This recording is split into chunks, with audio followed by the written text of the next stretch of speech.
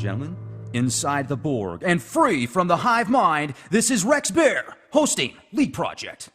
The Leak Project was created to offer awareness and information not found in the mainstream news. With over 90% of the world's media controlled by only 6 enormous conglomerates, many people today are looking for more accurate information.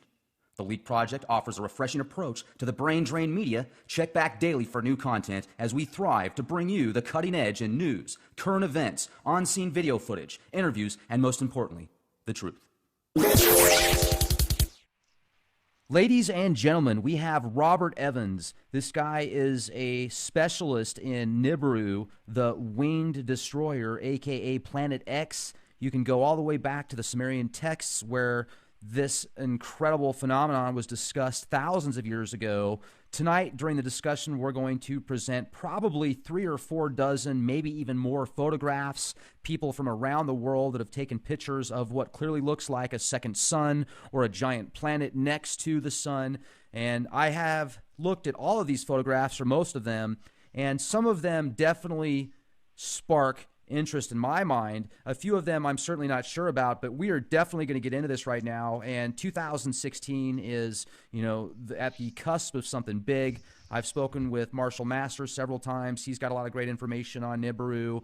I've talked to the protege of Zechariah Sitchin, and Marshall Clarfield. This guy is very intelligent, and certainly, Robert, your website is fantastic. You've got so many photographs and documents on there and essays correlating to what you feel could possibly be these giant motherships that were taken from the SOHO cameras. You can see it. So just incredible. So I'd like you to introduce yourself and tell us a little bit about what you do, and we'll jump in after that. Really appreciate you coming on tonight with us.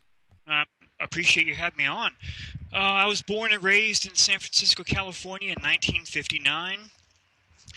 Went through the public schools. In 1996, I ran for U.S. Congress here in the 12th Congressional District against Tom Lantos. I ran again in 1998.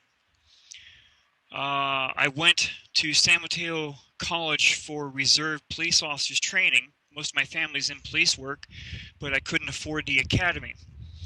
I started researching, my wife and I started researching Nibiru when it started to show up on YouTube about 2007. Then Google Earth sky had something really weird in its sky, images that were taken in 2007. And I couldn't understand what it was. So I sent the picture to a friend of mine at NASA. I cannot mention his name. And he sent me back a DSS image showing this. I'm going to go to it right now. A DSS image is what you would see if you looked through a telescope by yourself. And let's see, get down here to it. Where is it? On the bottom right corner, here. Can you click off that Facebook tab? Sorry, in fact, no problem. That just makes it more visible. Everybody can see what you're showing better.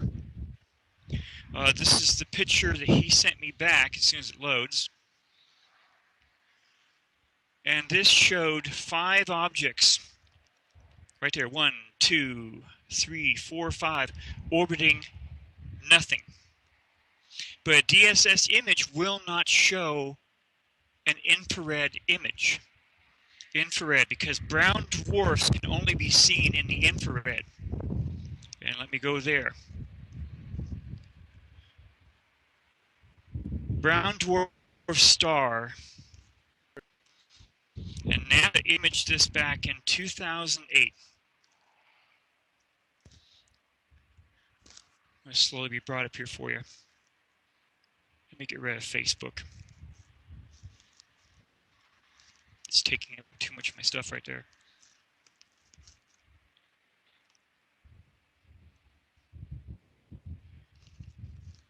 While you're pulling this up, too, I just want to bring up, I watched something from a Russian newscast that came out recently. They've been following it very well. Yeah, that's very interesting. Here's our brown dwarf star.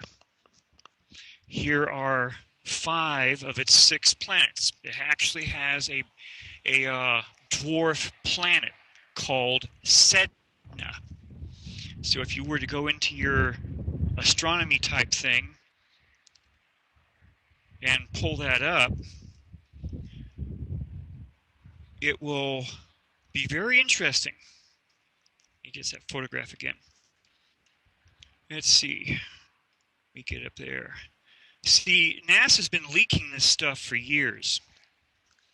Okay? Now, do you feel that that's intentional, or maybe there's people that just want It's the truth to get intentional. out? So, okay, you as a Okay, whole, you feel that it's intentional. it is intentional. A lot. Okay. How far do you want me to go back? Whatever you feel is Okay. pertinent. Let's go there. In Zachariah Sitchin's book, The Lost Book of Enki, the 14 tablets in there, tablets number 9 and number 10, talk about how they knew their orbit through the solar system had been altered. And they knew they were going to be coming close to Earth. They knew that they were going to be coming on the wrong side of Earth, and it was going to be causing a pole shift. There's Sedna. That's a dwarf planet. That's number 7 in the Nemesis star system. Nemesis is a brown dwarf that orbits around our solar system. Planet 6, Nibiru, swings through our solar system with almost this same angle, about 35 to 40 degrees. Eisenhower met with 3 alien races back in 1954 at what was used to be called Muroc Airfield, now called Edwards Air Force Base. He tried to have advanced technology treaties. They turned him down. They wanted all of our nuclear weapons. In exchange, they would partially give us advanced technology because they were afraid we'd kill ourselves. Eisenhower distrusted them and told them to leave. And if they showed up again, we'd shoot them from the skies. They offered their help and support with a brown dwarf star and its rogue planet that was going to be swinging through our star system pretty soon. He turned down their offer. During this 2-day meetings, Eisenhower had a spiritual advisor there, Bishop McIntyre, the Bishop of Los Angeles. Sworn to secrecy. He refused. They wanted him to swear to God. He wouldn't mention it to anyone.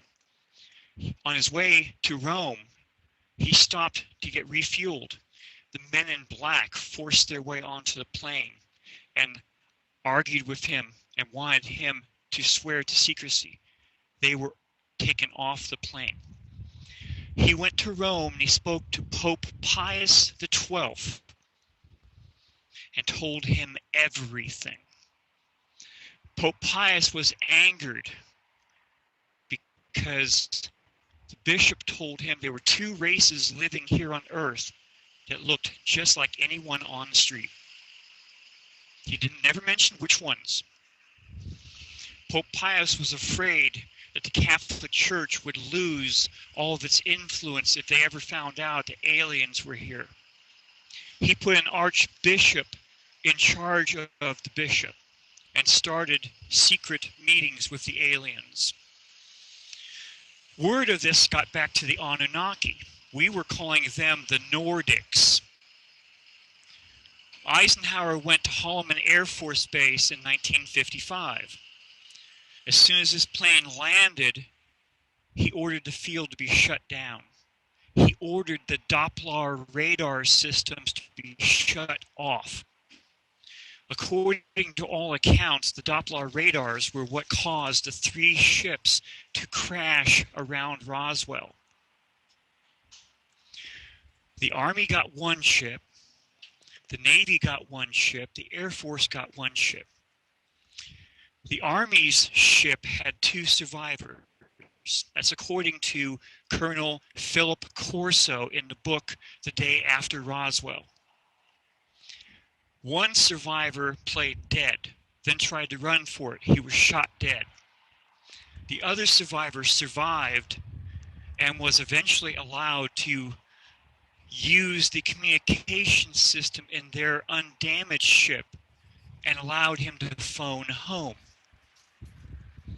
In 1953, the astronomers spotted 3 huge ships heading towards Earth. And that's how they had the meeting in 1954. When Eisenhower's ship, Air Force One, had stopped, everything was shut down, telephones, everything. 2 ships appeared. They're about 50 feet in diameter. One stayed hovering, one landed right in front of Air Force One. Eisenhower was seen leaving Air Force One and entering the ship. He was in there for about 45 minutes. Now, from what I've heard from other sources, Eisenhower tried to have the same type of technological meeting with the Anunnaki. They turned him down because they had almost destroyed us thousands of years before with nuclear weapons. And they thought that we would destroy ourselves and would possibly destroy their bases on their moon.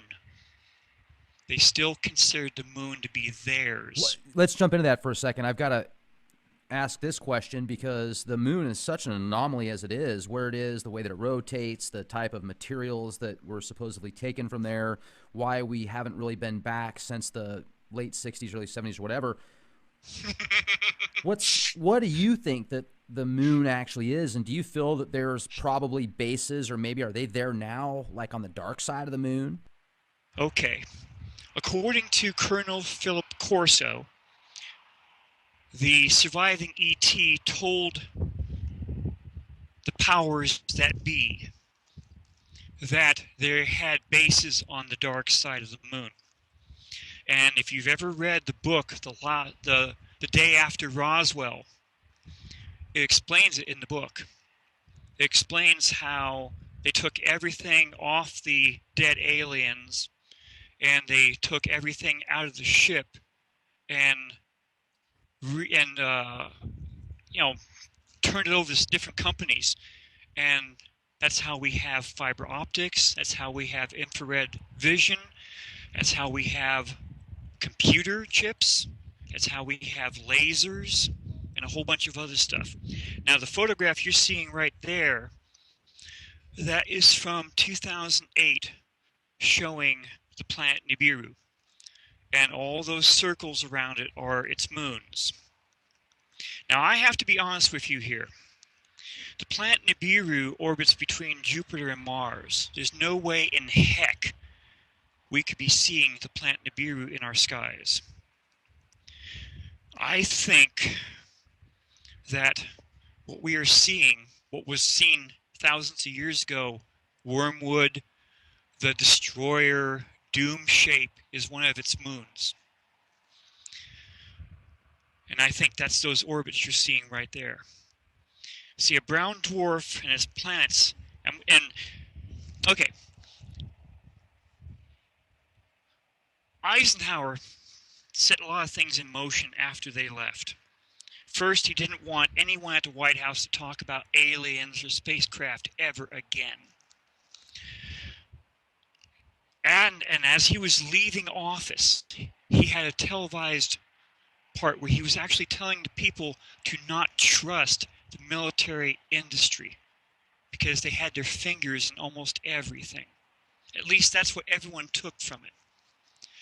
I'm quite sure, I don't know this for certain, that Eisenhower spoke with incoming President Kennedy. Because there have been rumors for years that Kennedy, once he was president, went to several military bases unannounced and would only talk to the enlisted personnel and not the officers.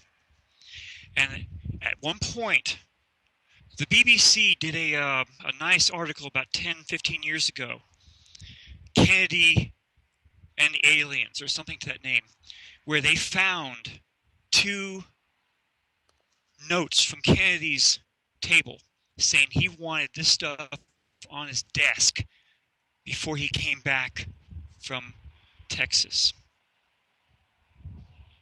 And what happened in Texas? Well, you know, I've heard that. I've heard that possibly he was assassinated because he wanted to expose the, alien agenda. But then I've also heard he was assassinated because he wanted to bring the, U.S. dollar away from the Federal Reserve, or basically get rid of the Federal Reserve. So there's so much out there that, is just opposite of what the other theory is, and it's very interesting. So, and let's talk I, about that for a minute. I understand that. I understand that. And if once he talked to the Anunnaki in 1955, and he knew what was going to happen, why would he let anyone know? Just like in the movie 2012. I know Marshall talked about that. Okay?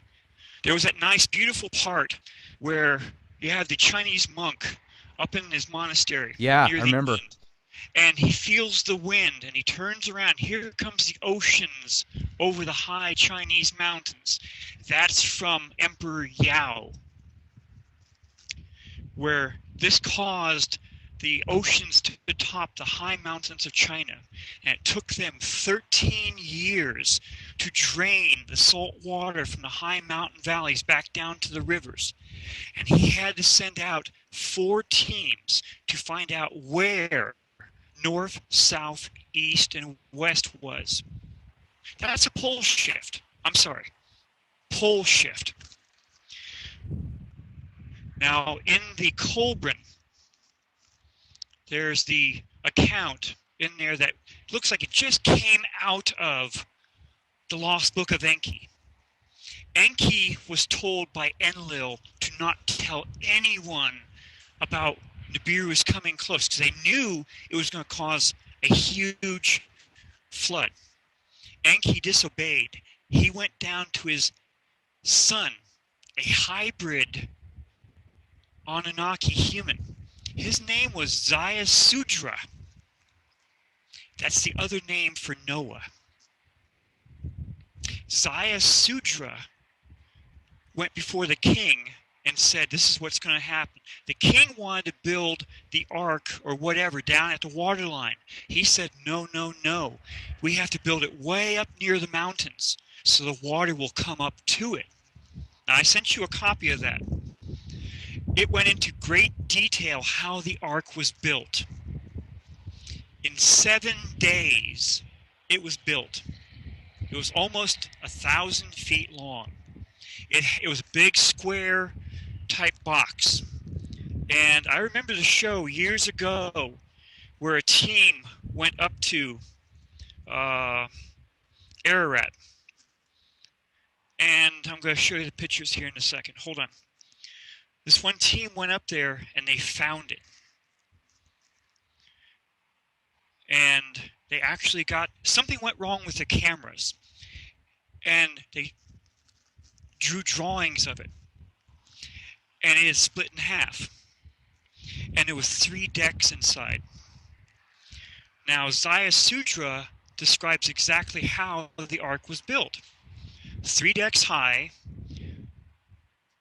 cut in between where you have 6 decks and another deck above. And each deck had cisterns that were tarred inside and out on all 6 decks. Now, you cannot drink from a tarred cistern. They were ballast tanks. In the Lost Book of Enki, he details it very clearly how Sudra went in there, and in the account from the Kolbrin, it says exactly who went on board the ark.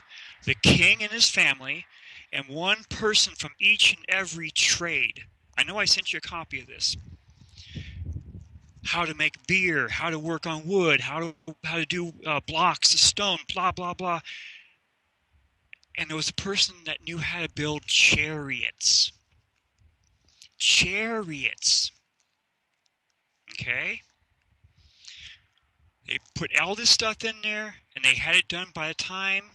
And here's the destroyer coming in the skies. And when they saw the destroyer, all the stars shifted in the sky, and the flood came. They were lifted off and they were floating. They felt intense heat inside the ark, and they felt intense cold inside the ark. Okay? I'm going to get back to that later on. Let's see, where's Noah's Ark here? Hold on a second. Didn't know I was going to be doing this, so...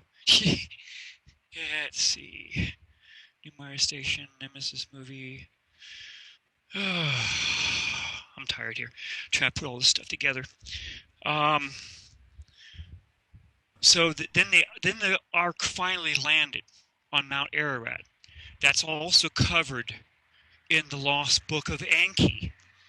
When Enlil and Enki and their half-sister came down, Enlil was enraged because here's humans. They were supposed to have been all destroyed. The humans, the Aeges, which were the Anunnaki who lived up on Mars, they had come down. The Book of Enoch. You know that book? Where Enoch talks about the 200. Oh yeah, and also there's. Let me jump in here real quick.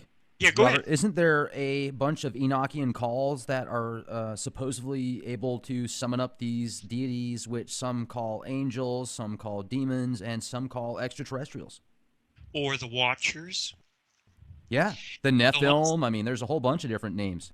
In the Lost Book of Enki, Anu, the king of Nibiru, came down to Earth. They had a huge celebration. 200 of the Aeges came down from Mars to be there. They had a plan. They were going to grab 200 females because the Aeges up on Mars didn't have human females to have families with. Only the Anunnaki on Earth did. So when they came down, they grabbed the 200 females and they threatened that if they tried to take them away, they would do something really drastic. Anu, the king of Nibiru, allowed them to keep the 200 females. The 200 females gave birth to the giants. Now, in my opinion here, that's the gods from Greek legends and from the Roman legends. Okay? Sure, like Zeus and Exactly. Okay. Exactly. Because the average human back then was probably no higher than 3.5, 4 foot tall. Someone at 7 or 8 feet tall, as the Anunnaki were known to have been. Wait a second. Did you say 3.5, 4 feet tall? Yes. And this is in what time frame? The flood of Noah was about 12,900 years ago. That has been dated that way by many scientists and historians. But what's interesting is many of the followers of the Judeo-Christian religion believe that that only happened, 4,000 or 5,000 years ago. And there's always been that part with the Bible, what's true and what's not true. Okay? After the flood of Noah, the time span of all the masters, the rulers, decreased very suddenly. You see, in the Holy Bible, you have people that live almost 1,000 years. Noah, Sudra, he was a hybrid Anunnaki human. Long lifespans. All the other people, Moses, and all the other ones, they were Anunnaki hybrids. Okay? Now I bring in the Hopi people here in the United States. They say that the Hopi third world ended by water. Okay? We're in the fourth world. And that the technological level was much higher during the third Hopi world than it is now. The Hopi got around by flying shields. Over in India, they call them Vimanas. You getting a connection here? The Hopi also said that the Earth's rotation was reversed at the end of the third Hopi world. Now, there are two English. Trying to get these guys in here real quick. Let's see, they're in here somewhere. Two English writers. They wrote these two books. The end. Sorry. The world almost died, and another book. And I gotta find out where they are here real fast. I wasn't expecting to use this, so I was kind of thrown off guard by your wanting this. Hey, no problem. I got to say, though, you're doing a really good job putting everything Allen, together. J.B. Dallaire. And these two guys, I've never been able to get a hold of them. So maybe they'll hear this, or maybe one of your people will hear this. And let's see, when the Earth nearly died, compelling evidence of a catastrophic world change, 9,500 BC. Okay? 12,500 years ago, now, give or take. Let me jump in here real quick, because you're bringing up something from almost 10,000 years ago, and there's a lot of speculation out there that the pyramids and, Machu Picchu, possibly other incredible structures that are just so far ahead of their time, were actually made 12,000 or more years ago because of certain... Mentioned in the Lost Book of Enki. When they went to go save Marduk, Enki's son, Marduk was encapsulated in the big pyramid. So they went in to rescue him. And they broke him out. And as they were going down the Grand Gallery, they were smashing all these glowing things that were in the troughs on both sides going down. If you have ever seen people walking up the Grand Gallery, you'll see these troughs at spaced intervals on both sides of the Grand Gallery going up. Either Zacharias Sitchin was a bold-faced liar, or this was exactly what was in these Sumerian tablets, the 14 tablets that he himself translated. Okay? They talked about these glowing things all the way down the Grand Gallery. I know a number of people in the Alien show. Mine's going blank right now. X-Files? No. Scully? Ancient Aliens. Okay. Yeah. Okay. They've all said that the pyramid was some kind of a power system. And I think they did. You see, recent leaked information from NASA says that our sun puts out what this person called hyperboles of energy out to each one of its planets. Can you show us that picture while you're talking about this, of that what looks like a giant battleship getting close to the sun, like it's harnessing its energy? Yeah. Hold on. Now, I was told these things were all. Let me guess. There's stuff there. Even if you just go to your website, it's right on your website. I have them right here. Hold on. You'll see almost all of them as I'm going down over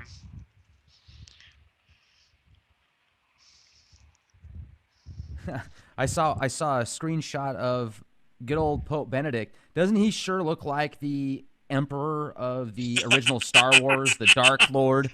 Superior energy. I don't want to be mean. You see this one photograph here, 1998? That's from the SOHO satellite. Wow. Look at that image right there. Can you high-res that, or can you bring that into a larger... I'm bringing it up right now. This was one of the first images right there, 1998. I can't bring up any. That's a flying saucer. But if you look at it, that can't be scale representation towards the sun, is it? I mean, that if that's the case, that's the sun right there. So there's no way that you would. There's no way you've got this ship that's 10 times the sun. You see that thing right there? There's a rod right there that goes out and holds that right over the sun. It's like it's sucking its energy. No, that rod holds that disc out in front of the lens. So you're not seeing the blinding color of the sun coming all the different sides. That covers the sun. And that was heading right towards the satellite. How big do you think that thing is? It almost took it out. Okay? Here's something else that the SOHO satellite has been catching since 1999. What the heck is that flying through our solar system? It's like a giant root canal. There's the sun right there. That thing is larger than the planet Jupiter. You know, you brought up earlier, you talked about Courtney Brown and some of the remote viewing sessions that they've done. I had an opportunity to speak with him about the Phoenix Lights when they did a remote viewing session on that. And Dick Algier and Daz Smith talked about the beings inside of it and the way that they acted and what they did. Do you feel that the Phoenix Lights or that those giant spaceships that were hovering around New Mexico, etc., Arizona, do you think that those were Anunnaki? I honestly don't know. Several of the people on Ancient Aliens, I've talked to a few of them. Can't mention their names. They say we are in contact with at least 50 alien races on a daily basis. Do you think that's disinformation? No, I do not. These are all these nice images. You're seeing them one after another here. Here's one in 2003 showing this massive thing. There's our sun right there. See how it's making a fast left turn? Click on that. Let me kill the stuff here because it's taking up a lot of my computer space. Yeah, good idea. This has shown up at least 5 times between 1999 and 2013. What the heck was that? There's our sun could that just right be, there. Could that just be some type of camera anomaly or some type of lens flare? Nope. I'm sorry, I'll keep saying that. There it is. What do you think that is? I have no idea. Honestly, I don't. And I'm not going to sit here and BS your listeners. Here's the ships that have been showing up. 2003. 2004.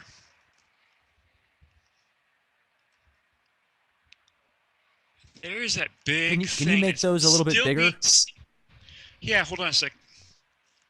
To make it larger, right there. There we go. That's great. Look at that thing. Now, up until sometime in 2011, all these things we're seeing coming around our sun, that's our sun right there. They were either heading towards our sun or going away from our sun, heading towards us. You know, that reminds me of that new Stargate series that came out several years ago, where the Stargate Universe, I think, where they were in some ship that was of an alien technology, and they were able to basically take. You see this one? But I got to bring this up real quick, because what these ships would do is they would go into the sun and harness its energy, so it was almost like fuel. I have an excellent. See, my friend at NASA. Here's one of these ships shooting the beam of energy at something. This thing is the size of our planet. I spoke at UFO Con 213, and I showed these images. There it is again. Look at that beam. Yeah, that's insane, man. It is. How can you not? I mean, it almost looks too good to be true. It literally looks like somebody could have went into Photoshop and just changed the color of those pixels. But these are all images directly off the SOHO web page. See, SOHO camera has about 10 different cameras, and each one is taking photographs about 15-minute intervals, and not one of them takes a photograph at the same time. Now, I've been told by SOHO that solar stuff from the sun cannot hit 2 cameras at once. So if it hits one camera, it scatters the entire image. Now these images are very clear. They're not scattered. It's 2005. SOHO says that all the glitches were fixed on all of their cameras by 2012.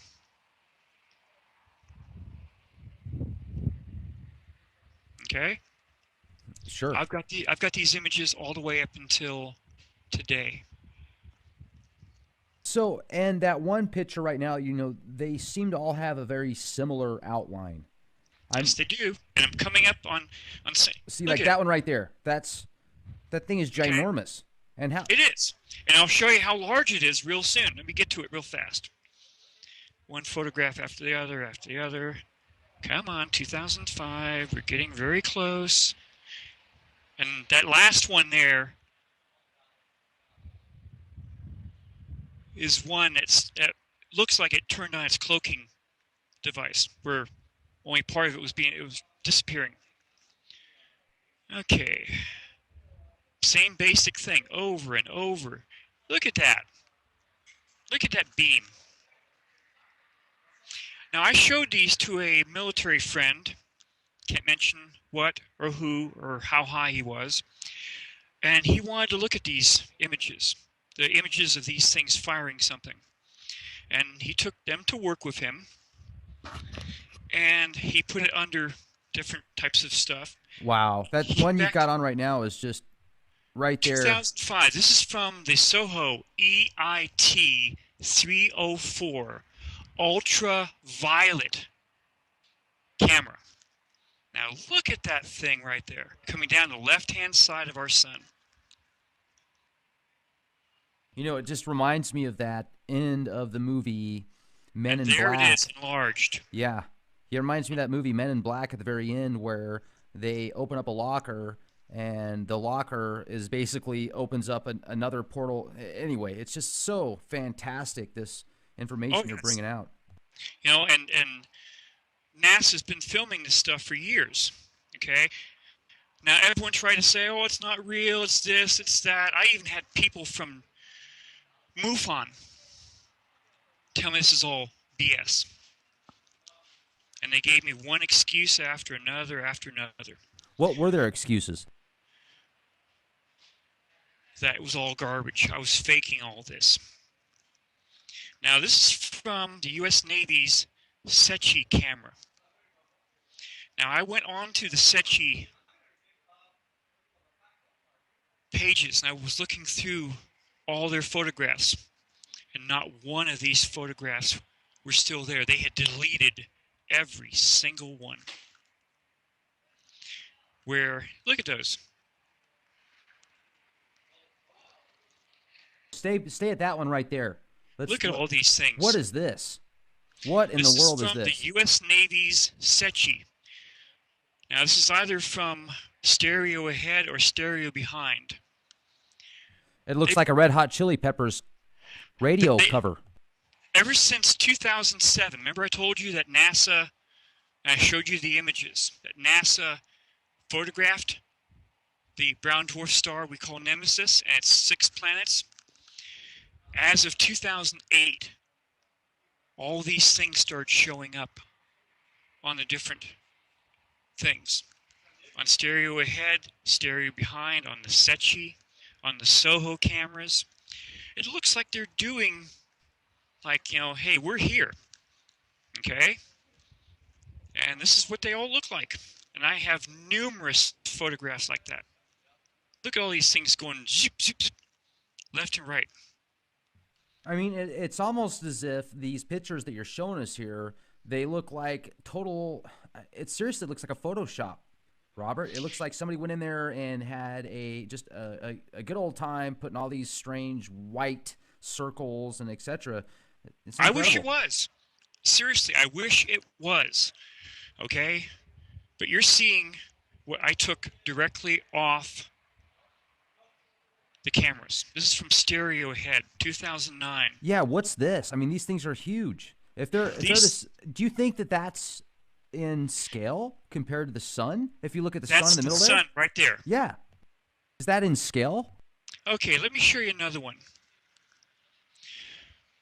Now, I was told that this is all star this, it's all star that, and it's all BS, and it's not to be believed. Okay? See, our ET friends, they've been working on this for a long time. They knew that this stuff was going to be coming through, and they've been setting us up. Okay? 2011.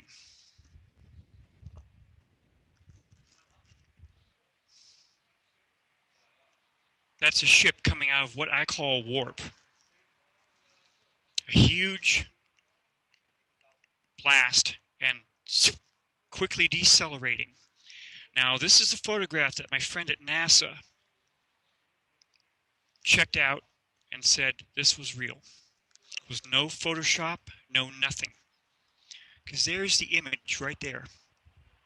Right there. There's the sun, there's the image, and here's the enlargement. Here's the original image.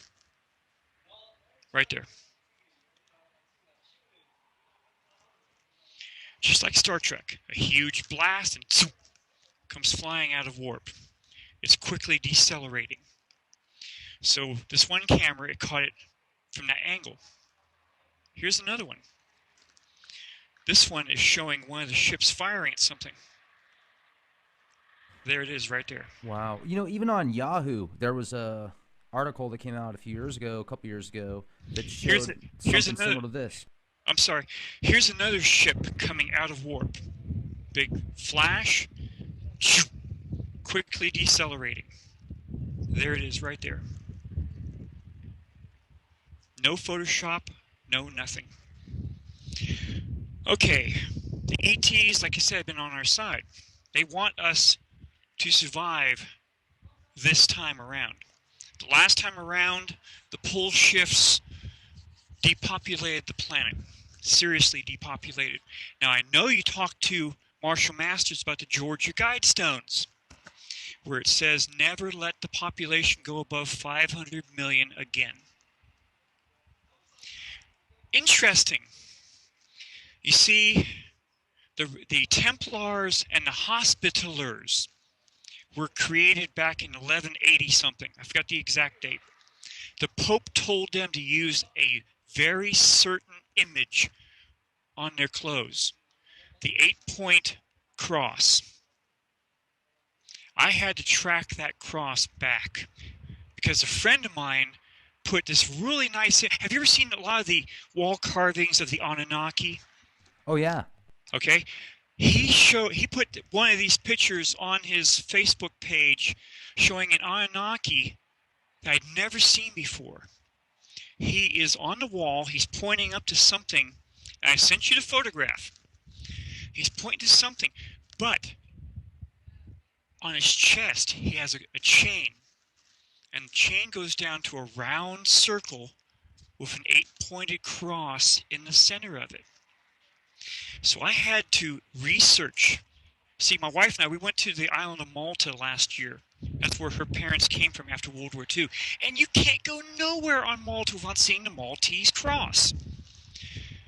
And here's this Anunnaki wearing the Maltese cross. That image showed the mark of Cain. When Cain killed Abel, he was marked. And he was put to the other side of the planet. And in the Holy Bible, Cain had a family. Wait, hold on a second. You only have Adam, Eve, and Abel. Who's Cain having a family with? Okay? I'm not knocking anyone's religion. But too many questions. When you dig back through ancient history, 1600, Mosai of China.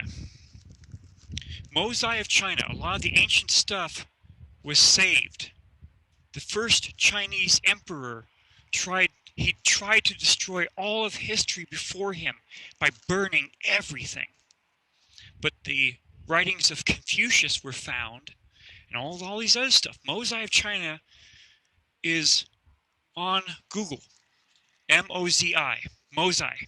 Book 5. He's talking about 3 gods who come down and align themselves with one warlord, and to punish the other warlords for not complying, he had stones fall from the sky for almost 10 days. He had intense heat. He had intense cold hit China. Forest fires. Things were frozen. Doesn't that kind of match up with the account from the Colburn about Noah's Ark? Feeling intense heat, feeling intense cold. Okay? 1600. The exodus of the Hyksos out of Egypt. The Hyksos were a Canaanite people who ruled Upper Egypt from the 12th Egyptian dynasty to the end of the 17th Egyptian dynasty. Ipuwer, I-P-U-W-E-R, was an Egyptian scribe. They were highly trained, and they passed everything from the palace on down to the people. He documented the exodus of the slaves and evildoers from Egypt. The slaves, whomever they were, the evildoers were the Egyptians who latched on to the slaves and left Egypt. His entire account details, he says that the dark days started when the destroyer showed up. They called it the destroyer, a reddish mass which took up to 1/5 of the skies over Egypt. They were hearing the sound of 10,000 trumpets. And the destroyer rained down fire onto the earth. The fire destroyed everything that grew.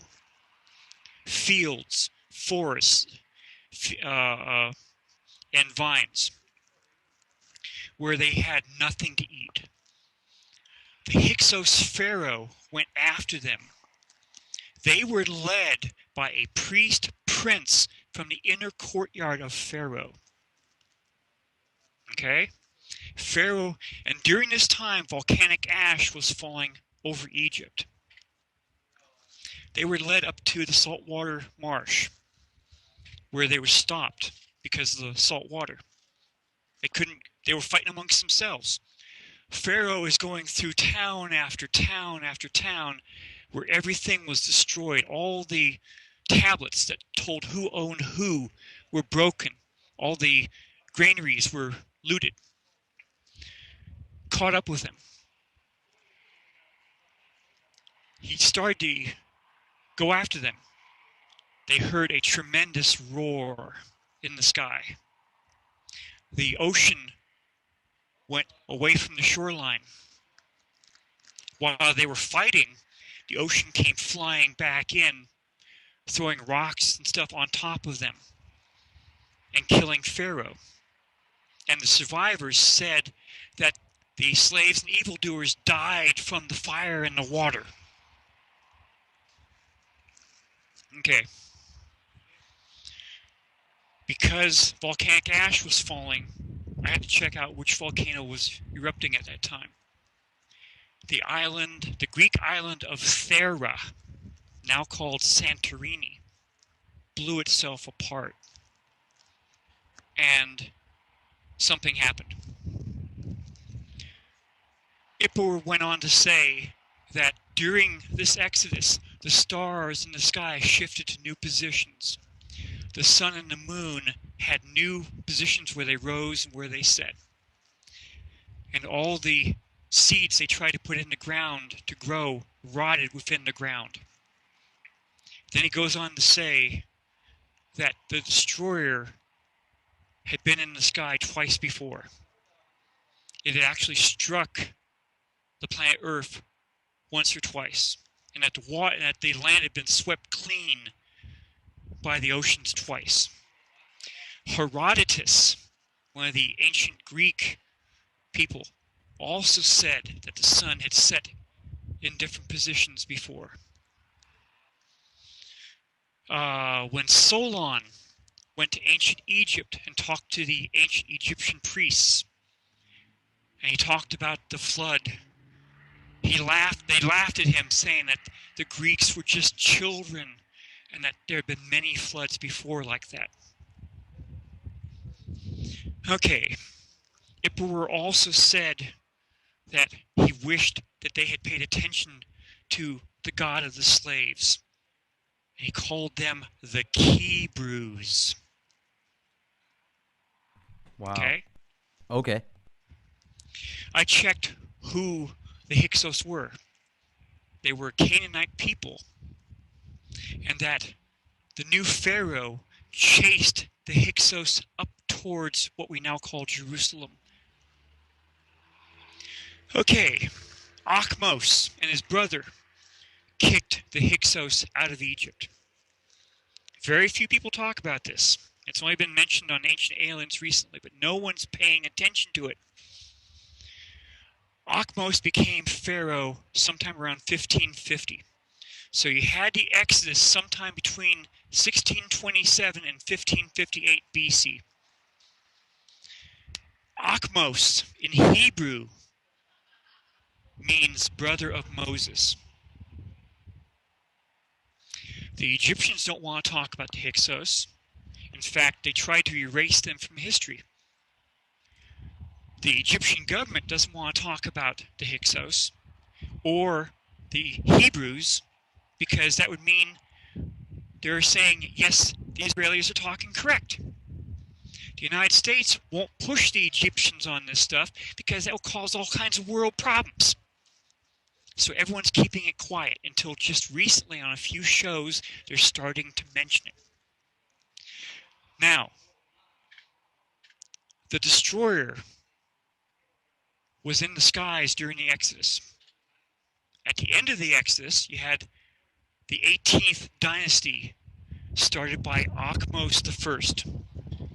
During the 18th dynasty, you had Akhenaten, the guy with the really extended skull, and his wife. And every time you see a picture of them, they're praying to what looks like a sun. I think they're praying to Nibiru. Some people have said that Akhenaten was actually Moses. Akhmos, brother of Moses. After this took place, Akhmos created a stela. And on this stela, in Egyptian hieroglyphics, he detailed very clearly what he had to have repaired. And this stela was put down. And eventually it was destroyed and used as filler for something else, and it was found during the 1800s. And they put it back together partially, and they were able to do a carbon drawing of what was written in hieroglyphics. It's called the Tempest Stela of Akhmos. And in this stela, he talks about a massive storm that hit Egypt, where Egypt was flooded. Egypt was flooded, and all the roads were flooded, bodies all over every place. He had to go by boat going everywhere. And he talks about everything that happened. And in Egyptian hieroglyphics, he says the pyramids had collapsed. Okay? All right. So that's almost 3,600 years ago. That's incredible. And exactly. No, hold on. Pope John Paul II, 1980. He went to Germany. Had a huge group of high-paying Catholics, I'm quite sure. There was also 2 reporters. And they kept bugging the holy BS out of him about the third secret of Fatima and why it wasn't released in 1960. The Pope finally gave up, and he said that the popes before him wouldn't talk about the third secret of Fatima because they didn't want the communists to have many coups. But what if it was in writing that the oceans would cover all the continents, killing millions within minutes? Why talk about it? I sent you a copy of that. Anyone can go onto Google and they do a search, Pope John Paul II and the third secret of Fatima. They go right to it. The Vatican tried to downplay it. 1981, Pope John Paul II was almost killed. After he recovered, he went to the cell of the almost assassin and spent 2 hours alone with him, off the record. He never mentioned this warning again. Okay? 1983, the Iris satellite spots something very large out beyond Pluto. They said it was between 4 to 8 times the size of the planet Earth. But then NASA, no, I'm sorry, these guys didn't know what they're talking about. Sorry, we're pulling the story. NASA put Robert S. Harrington from the Naval Institute in charge of a team of scientists. He actually put down in writing that Nibiru didn't have an elliptical orbit, it had a normal orbit. And he said that the orbit was highly inclined at about 35 to 40 degrees. Remember that image I showed you of Sedna and that huge angle it had? Yeah. Okay? Where it goes down. See, Nibiru goes through our system clockwise. It comes between Jupiter and Mars, goes down and around our sun and back out between Jupiter and Mars. We, in our orbit, we orbit counterclockwise. So just as Marshall Masters has done beautiful videos free for the public, he's put down one video that shows what if we're in this orbit and it's coming through and we're here, but we're maybe on the other side of our solar system. Nothing happens. But if we're here as it's coming through, bad things happen. We are now orbiting right towards whatever we're seeing in our skies. NASA, the Jesuits, let me get pictures here for you. The Jesuits have been in charge of all of the observatories around the planet. After 1955, the Jesuits were put in charge of all the observatories. They have the observatory in Arizona and down in Antarctica. They've been tracking something for years, but no one could figure out what it was. One of my friends said, "Bob, you're full of BS. You don't know what you're talking about." And he said,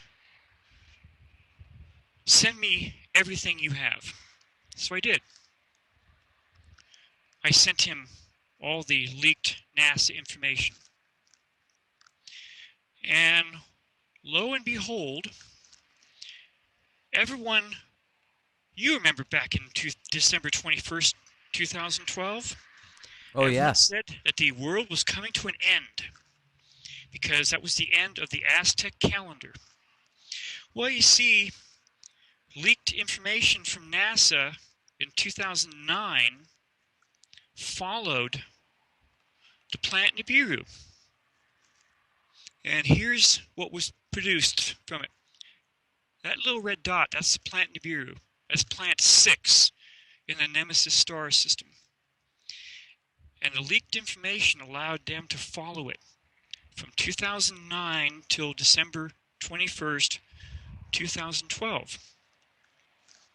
There you go. June 2010, 2010, 2011, 2011, 2012. June of 2012. And there's December 2012. We didn't see anything on December 2012. Well, let me put you in on this. In 2009, NASA predicted that on December 21st, 2012, Nibiru would be 20 astronomical units away from going through our solar system. 20 AUs away. An astronomical unit is 93 million miles from the Earth to the Sun. Times that by 20. That's a big distance away. So they knew we wouldn't see a thing on December 24th. But my astronomer friend said, whoa, hold on here, Bob. I've now worked out the orbital speed of Nibiru. You're not going to see this until at least November, December of 2014. And you see all these nice people, as you mentioned, around the planet. We're seeing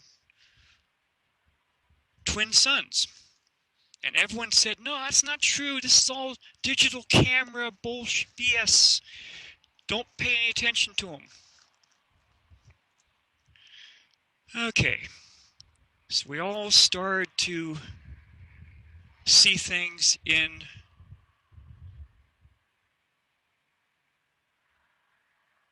(2000). And these are all the images. Now down in Antarctica, you have the Nibiru station. Look at all these nice things. Nice pictures. Early 2015. People are seeing this all around the world, and some of them are taking different camera angles where it's reversed, saying, yes, there's something there. It's not BS. And we go all the way up until April 10th, 2015. See, here's Antarctica.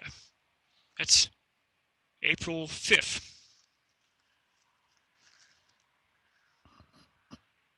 Nibiru Station. Whoa, what's that? They've been watching that thing for years. Here's all the dates right up here.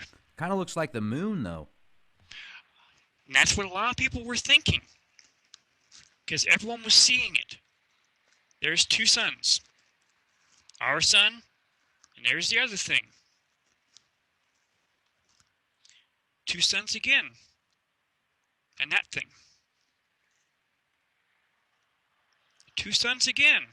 One tiny thing. All depends on where they saw it around the planet. There's two suns again. Two suns again. Two suns again. Again. Something weird there. Couldn't really make out what that was. Two suns again. April 10th. Two suns again. Again. There's a friend of mine, Sharon. She started taking photographs. Wasn't sure what that was. There's April 10th. Nibiru Station. Wow, that thing there is coming into very clear. So you can see stripes on it. There it is enlarged. That's not our moon. It has stripes. April 11th. There's something behind it, right there. And there's that thing right there. Then, there's a really nice enlargement of it. So everyone thought, you're just seeing things, Bob. It's not real. I need to go back in, plug this thing back into the power. Power's getting low. Okay, so all your viewers can see that right there. Nice and large. But that's over Antarctica. You still there? Oh, yeah. I'm looking at it right now, and I'm just trying to figure out what exactly. Is that a planet? Is that some type of moon? Well, I just plugged back into power, so it's not. I won't go dead now. And the laundry machines are almost not working. Okay, good. So that's over the skies of Antarctica. Couple more things. Nibiru Station 11. What is that? Look at that huge thing. Well, couldn't you just say that's the sun? Well, if I had to go by the other images, I'd say no. Now this was caught by my friend Sharon Habrick on April 29th. Look at that thing right there in the skies over South Carolina. Stripes. Blue sky. No Photoshop. There's that same thing again. Blue sky. There's that thing, that's the same photograph again there. And there's an enlargement of it. See the stripes? Why does it look so transparent? It's in the, chemtrails. The chemtrails have been trying to hide this from our eyes for years, and the chemtrails are starting to lose their ability to hide it now. They don't want everyone to freak out. The Edgar Casey, the sleeping prophet, 100% on all of his predictions. Before he died in 1945, he started talking about pole shift.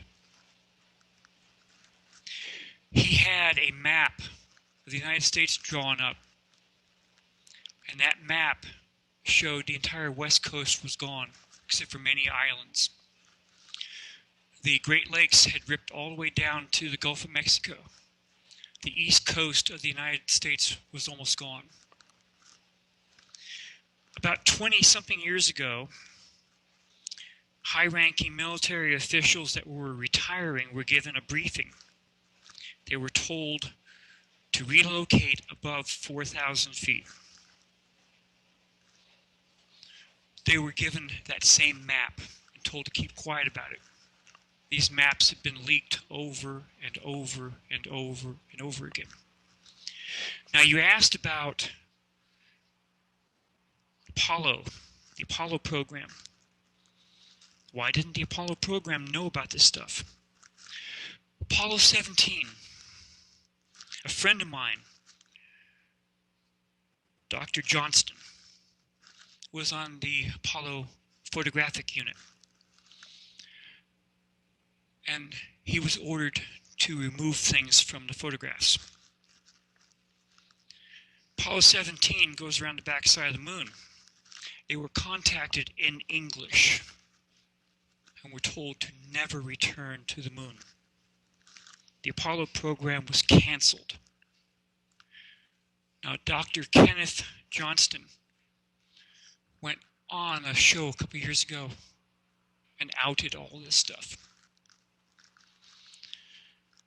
So we've known about this thing for a long time. We've known about the Anunnaki. Colonel Philip Corso talked about it in his book, The Day After Roswell. Numerous other people have talked about it, but no one's listening. My friends over in Europe and in South America, they know that there has been a massive disinformation program here in the United States and Canada. We're not talking about this stuff. Now, I have to be honest. Why, seriously, like in the movie 2012, why talk about it? You have panic. Hollywood has been warning us for years. The movie ID4, Independence Day, outed the part about the president being out of the loop of Area 51 and the aliens. The movie Deep Impact with Morgan Freeman outed the part about the deep underground military bases, the DUMBS, and that they can only hold so many people, and that everyone else on the surface would be on their own. Now, I sent you a photograph of the comet Elenin. Now, my same friend from NASA, we tracked that comet. NASA never gave an official photograph of Elenin. And it was a good-sized comet. Only the amateur astronomers talked about it. There it is, Elenin. And there it is right there. There it is. Extinction level event. Just hold on a minute. You don't know how close you came to that.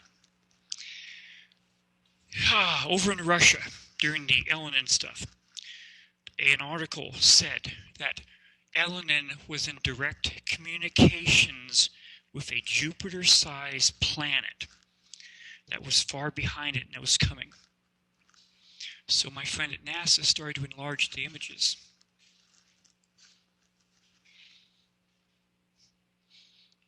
And we got some interesting stuff here. That's Elenin right there. Let me enlarge that photograph for you. Okay, that's Elenin. Now, not too long after that article hit the news services, China came out with an article saying that alien spaceships were piggybacked on Elenin and were heading our way. So my friend at NASA said, we both agreed we're going to start really looking at this thing. Better and better and better, finer and finer and finer.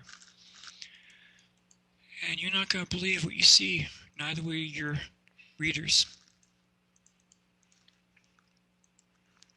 All these nice images. Here's Elenin, enlarged.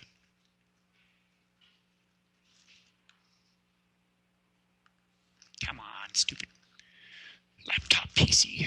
Where's that image? I think technology is against me sometimes. And he had something really not too good to show me. Elenin was not traveling on its own. It had something on both sides of it, port and starboard.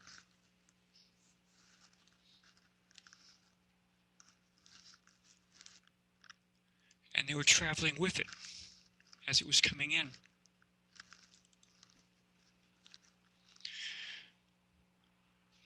And then we decided to, all these photographs are from him.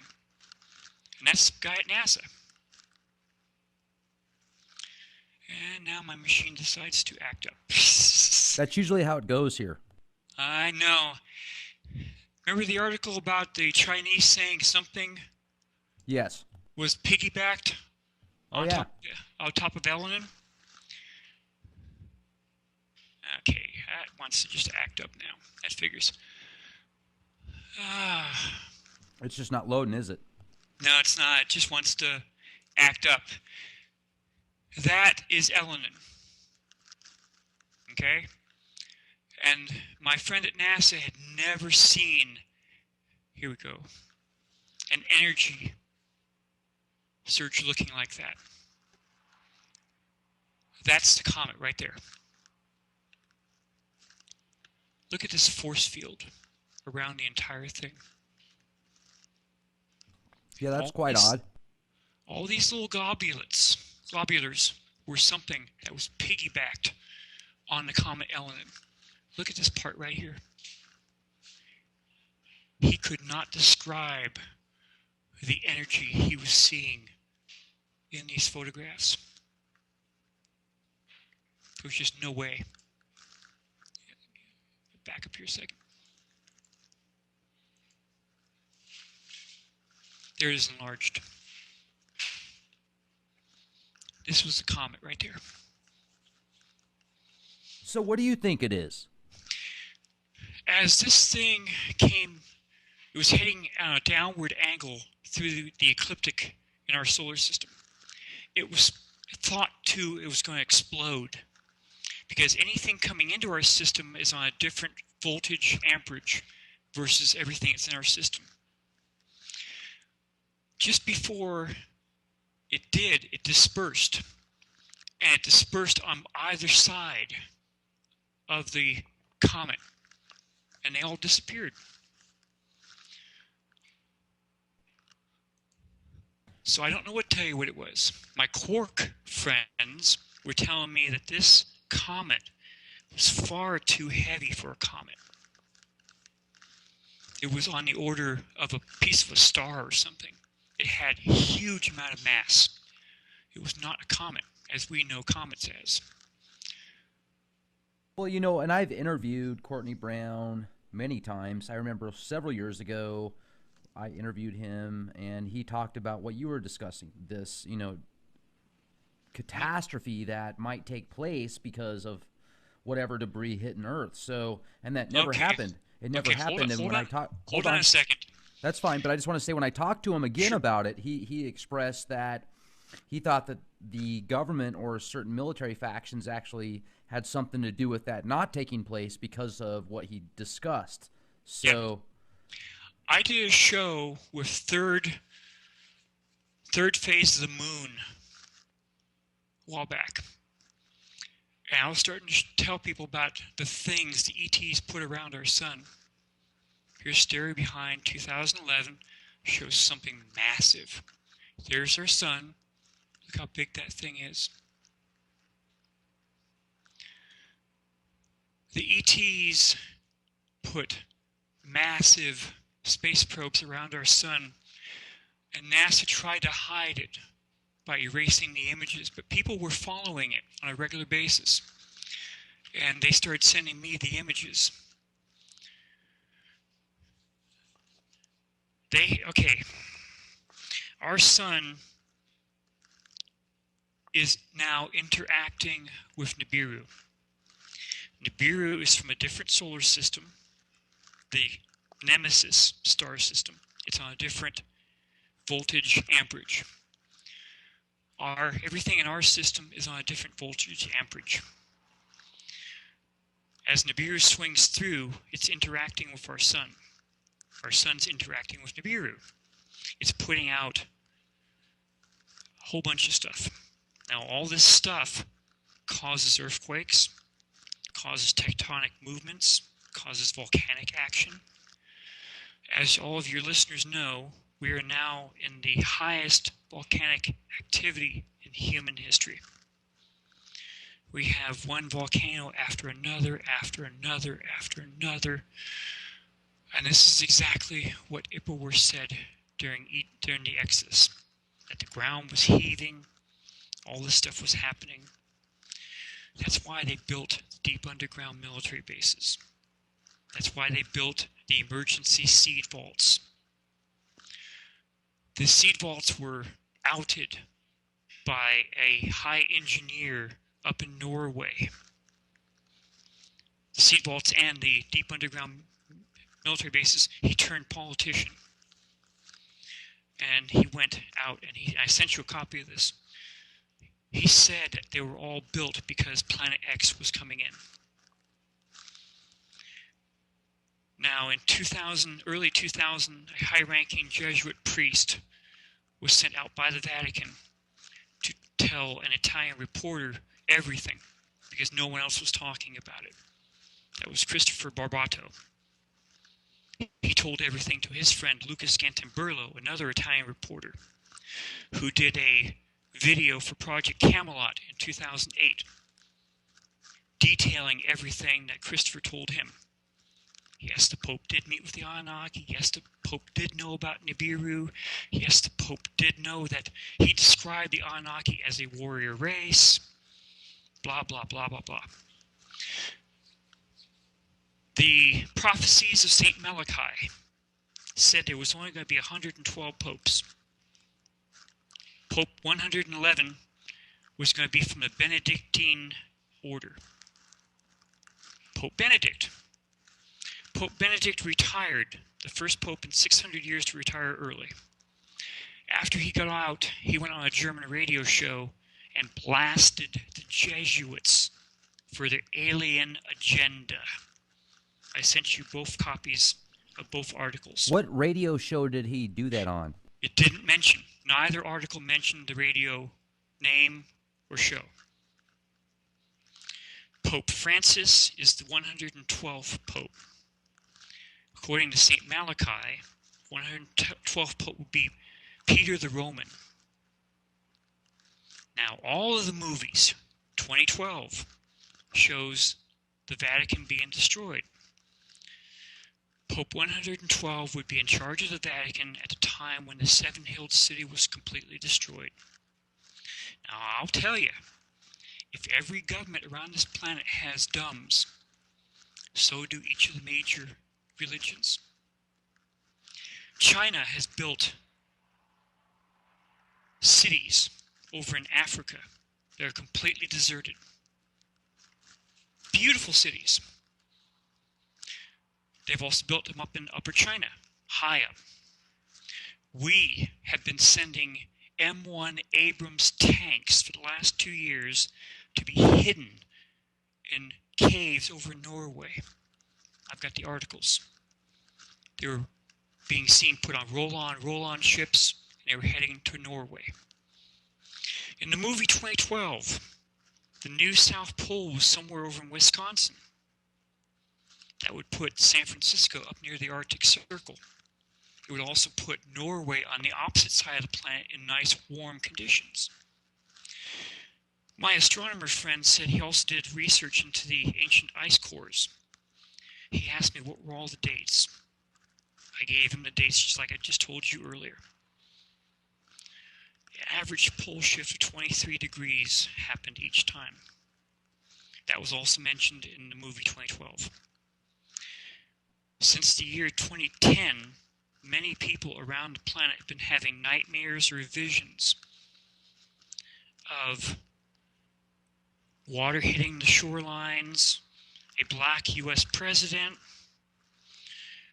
the hiding times where everyone was hiding from the black helicopters. All those who were picked up were put into prison camps, the FEMA camps. Now, the FEMA camps are interesting. We built and paid for millions of 5-person caskets. 5-person caskets. They're all buried out in front of each one of the FEMA camps. Since 2010, each one of the U.S. government agencies, post office on down, had bought millions of rounds of ammunition, guns. Why do they need that? I've seen train cars that usually, they're 3 layers that carry cars, turned into prison cells. I've seen the pictures on the internet. Everything says this is coming real soon. The pictures are getting larger and larger in our skies. I'll give you the latest photograph right here. Came off Facebook today. This was over the city of Florence, Italy. I showed it to you earlier before we went on the air. It was enhanced. Here's the first photograph. I'll make it larger here. Just barely see a reddish looking thing right here. Right. The person enhanced it. And here's the second enhancement. Now she also did a video. I put the video. Wow, you can link. definitely see it there. You can see something right there. I put the video link on your Skype page so you can see the video yourself. It's only like a minute something. And here's where she enhanced it further. This thing has been showing itself over Europe for months now. Look at that. That's insane. It is. And if you clear the sky, what else they're putting in, that would be very clear. Now, she reversed the image today.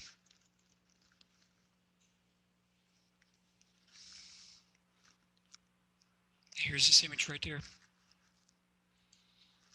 Massive thing in the skies over Florence, Italy.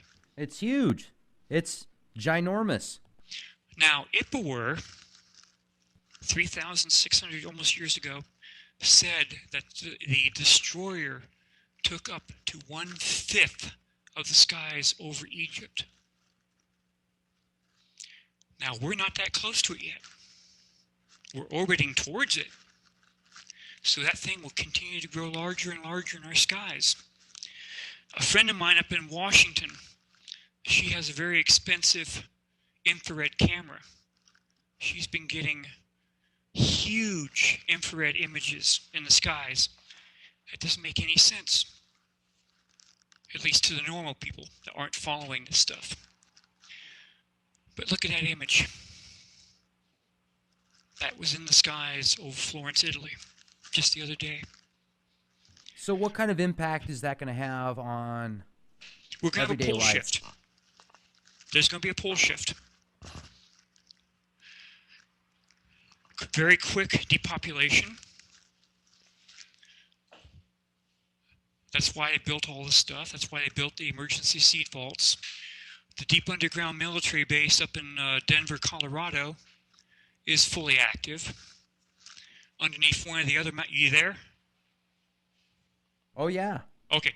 One of the other mountains up there, they have 3 15-story buildings 2,000 feet underground. They're fully active. Edgar Casey said the new Pacific shoreline would be in Denver. We're right around there. Denver has the largest emergency seed vault in the United States. So this is potentially something that could happen soon. Within the next couple months. All the indications say somewhere around March, April. You see that thing in the sky right there. That's gotten larger and larger and larger. I don't think that is Nibiru itself. I think that's one of its moons. If Nibiru was 4 to 8 times the size of our planet, its moons are probably just as large, and they probably have a very strong gravitational electromagnetic pull. And if that pull is strong enough, it will pull the crust. In the movie 2012, they talk about this one guy who talked about Earth crustal displacement when they were on board the airplane heading to China. And when the pole shifted, he said, that's what that one guy talked about. Because suddenly they were 1,000 something miles closer to China than they should have been. Now, I know that the militaries on this planet are not going to be as stupid as you saw in the movie 2012. They're going to have everything out at sea. Because whomever has the strongest military after it all settles down will be in charge. It'll be a new world order. Okay, I got to jump in here real quick because Go I ahead, had the sorry. opportunity to speak with Cliff High earlier today, and Okay. he is a very fascinating individual. He created the web bots, the half-past human, where basically he's got this software that takes information from the web and correlates it to future events. He predicted Fukushima and many other disasters with his webbot software. Just incredible. And one of the predictions that the webbots are having for 2016 is giant earthquakes and the planet expanding. So what you're talking about with these pole shifts, etc., it kind of correlates with what his webbots have picked up on the internet. And if this is the year that it's going to happen, I am thinking of 2012, 2011, the Bible, the Holy Bible. I am not a religious person by any means. And in the Bible, it does talk about, well, there's going to be a lot of false predictions, and then nobody's going to believe when shit really does hit the fan because of all the false predictions beforehand. Exactly, the mass disinformation program. So what I am wondering is if all this 2012 stuff was created, so when this Nibiru really does show itself, this nemesis, people are going to be so numbed to crying wolf previously that they don't give a shit. They will be swept away. The Hopi said that at the end of the third Hopi world, the ground was heaving just left and right. You could almost not stand up. Now you can believe that. If there's going to be a crustal displacement shifting over the mantle. And that's exactly what Cliff's webbots are talking about this year. Yeah. And every bridge will be down. Anyone that survives will be walking if they're not swept away by water. Pope John Paul II said it very clearly in 1980. What if it was in writing that the oceans would cover all the continents, killing millions within minutes? Why talk about it? I mean, don't listen to the guy at the end of the street saying the world is coming to an end. That's Pope John Paul II. The Vatican knows about this. Okay? And if the Vatican knows, I'm quite sure the Jewish religion knows about it, and so does Muslim religion. And Why do maybe you some think? of the other ones. Why do you think the Vatican created this very expensive telescope and they called it Lucifer? They want to be available when everything settles down. They want to have their religion for the survivors. I'm quite sure the Jewish religion wants the same thing. I'm quite sure the Muslim religion wants the same thing. They all don't want to all come to an end. But why would they name a telescope Lucifer? I honestly can't tell you. But they know it. The Hopi people know it. The Hopi people call it the red kachina. The red kachina will purify the planet Earth. The blue kachina has the Star Brothers. The Star Brothers will come down in the plaza for everyone to see. Not just to Hopi, but for everyone to see. They will take off their mask, showing everyone whom they are. Have you ever seen a picture of the Hopi kachinas? Most of them have Hopi sitting on the ground, respectfully, and the kachinas are like 8-9 feet tall above them. And they're like wearing a costume. They take off that mask, showing everyone whom and what they look like.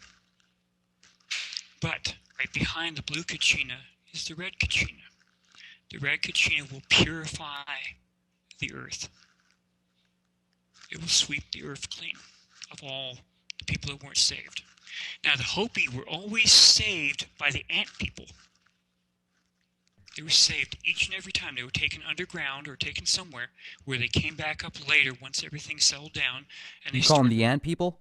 Yes. Who do you think the ant people are? I honestly don't know. It could be another race that's living here on the planet.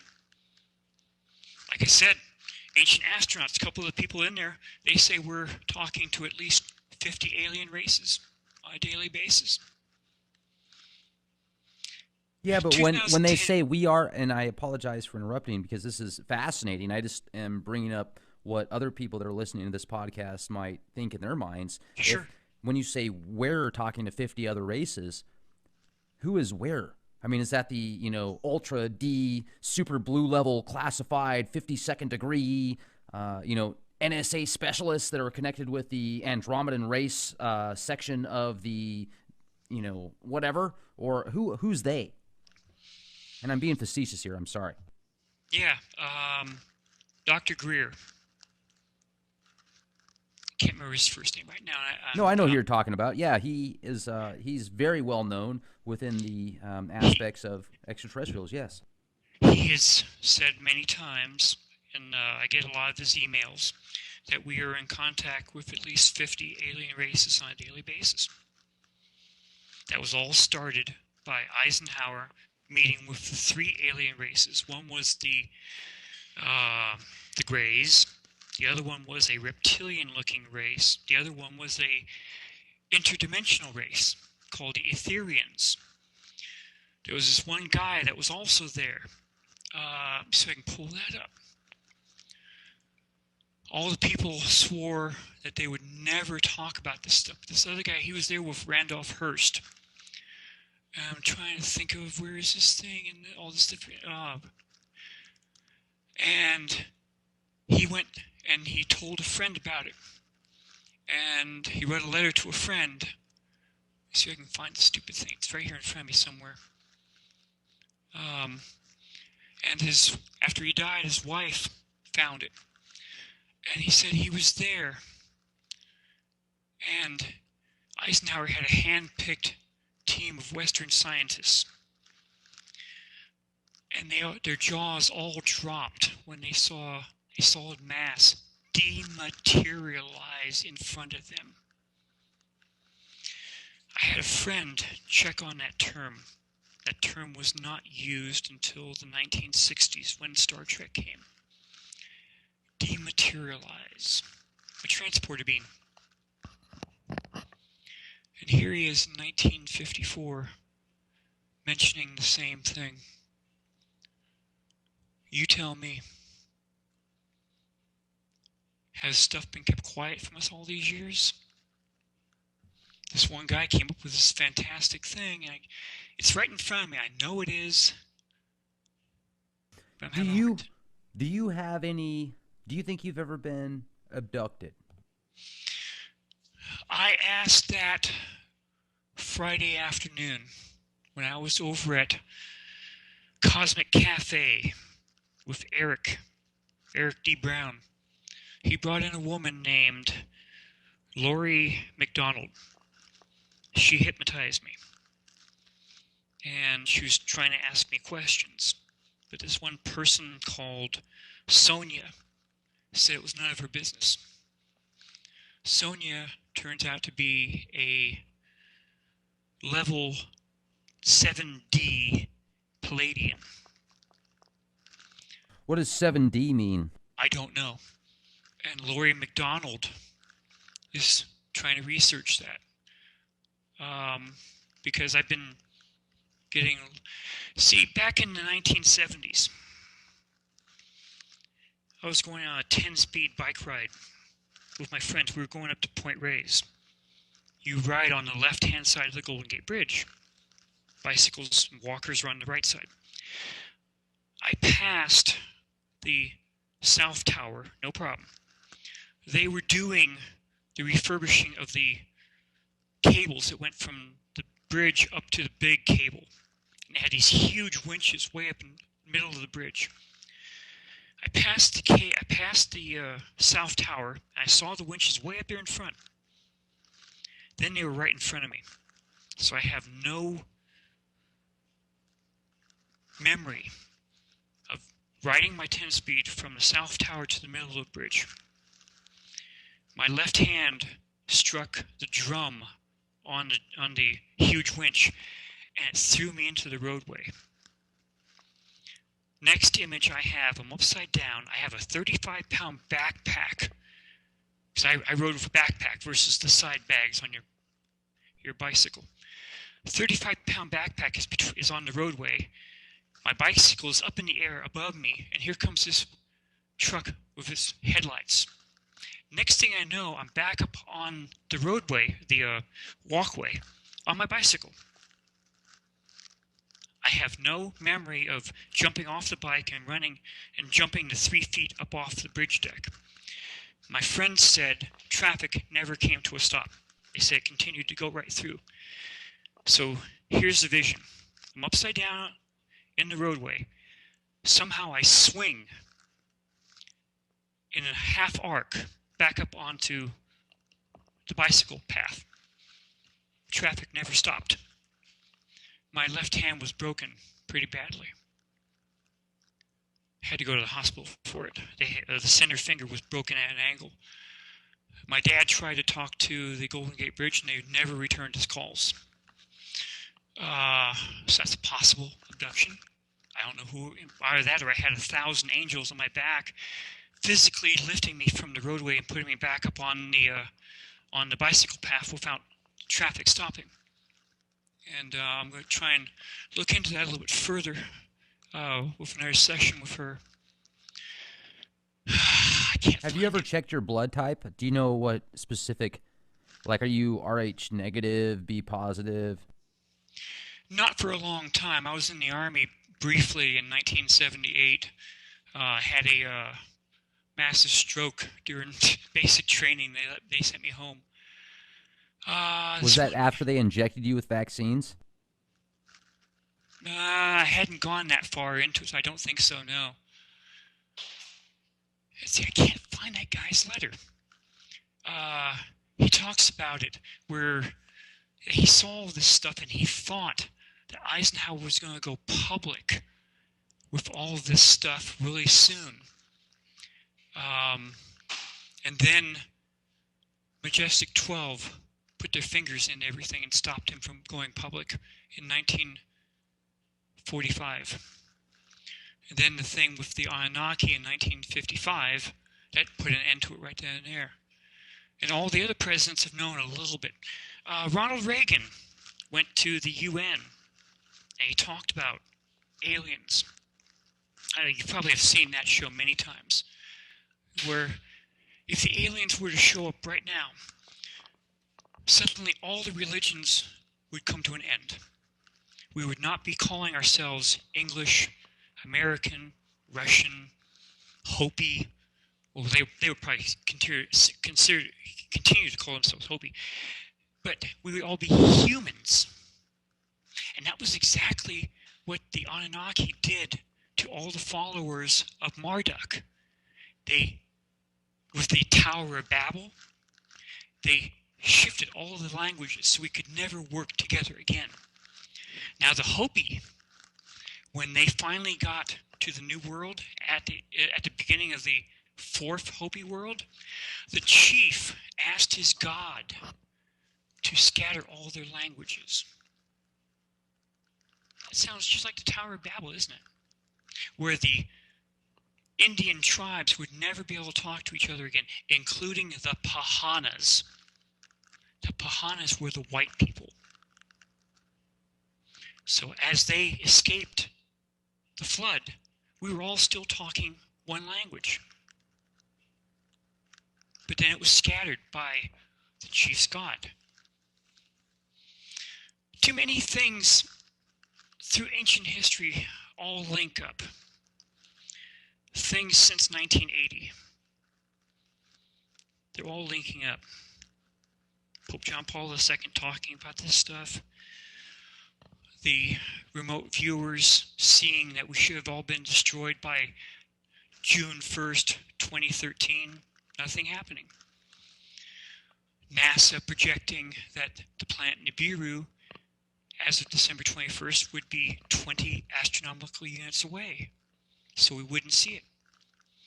My astronomical friend saying he worked out the orbital speed, said we wouldn't see it until 2015. You saw the images. Now we're seeing this thing really get larger in our skies. My friends are telling me that we'll see it in the next couple months.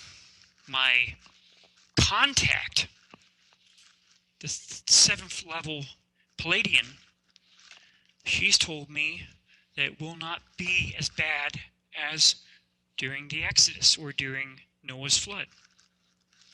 All those things wrapping around our sun, controlling our sun's output.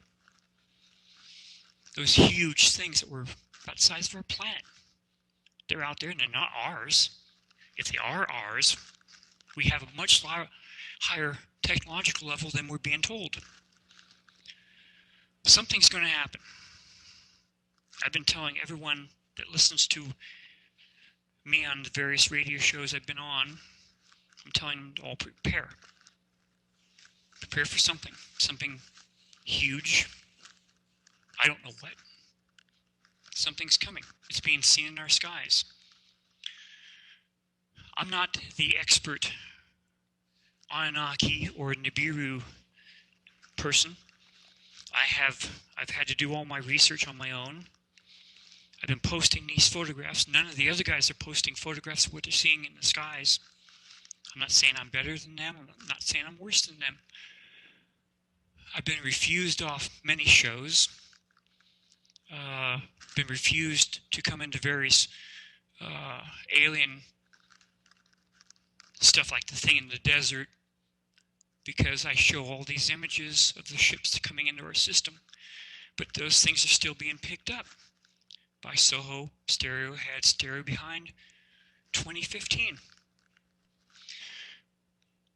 All the images I have, I knew they were fairly decent.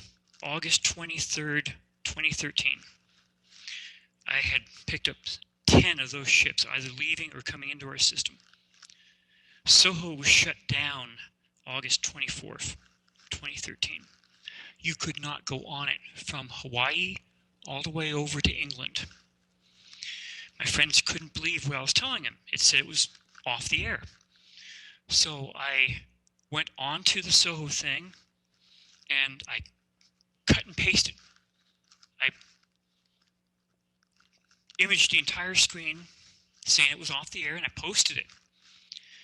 And lo and behold, when I posted it, here's hidden message that was not being shown on the SOHO webpage. It said this program was following me.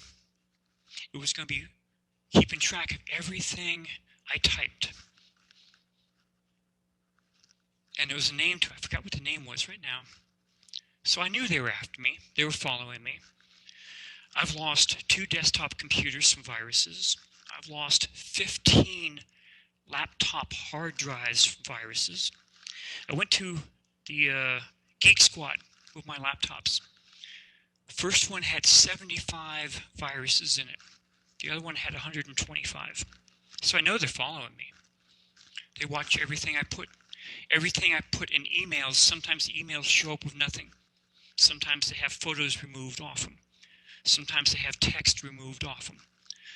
I've been on Skype before, and I've had Skype turned off. This one show I was on, the Skype was turned off, so they had to call me on the phone.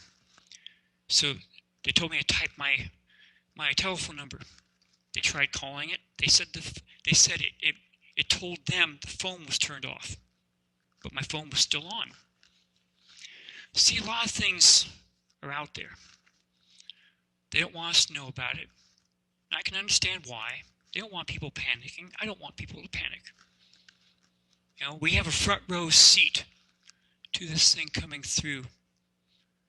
First time in 3,647 years. And we're going to see it. Do we survive? I don't know. I'd like to hope so.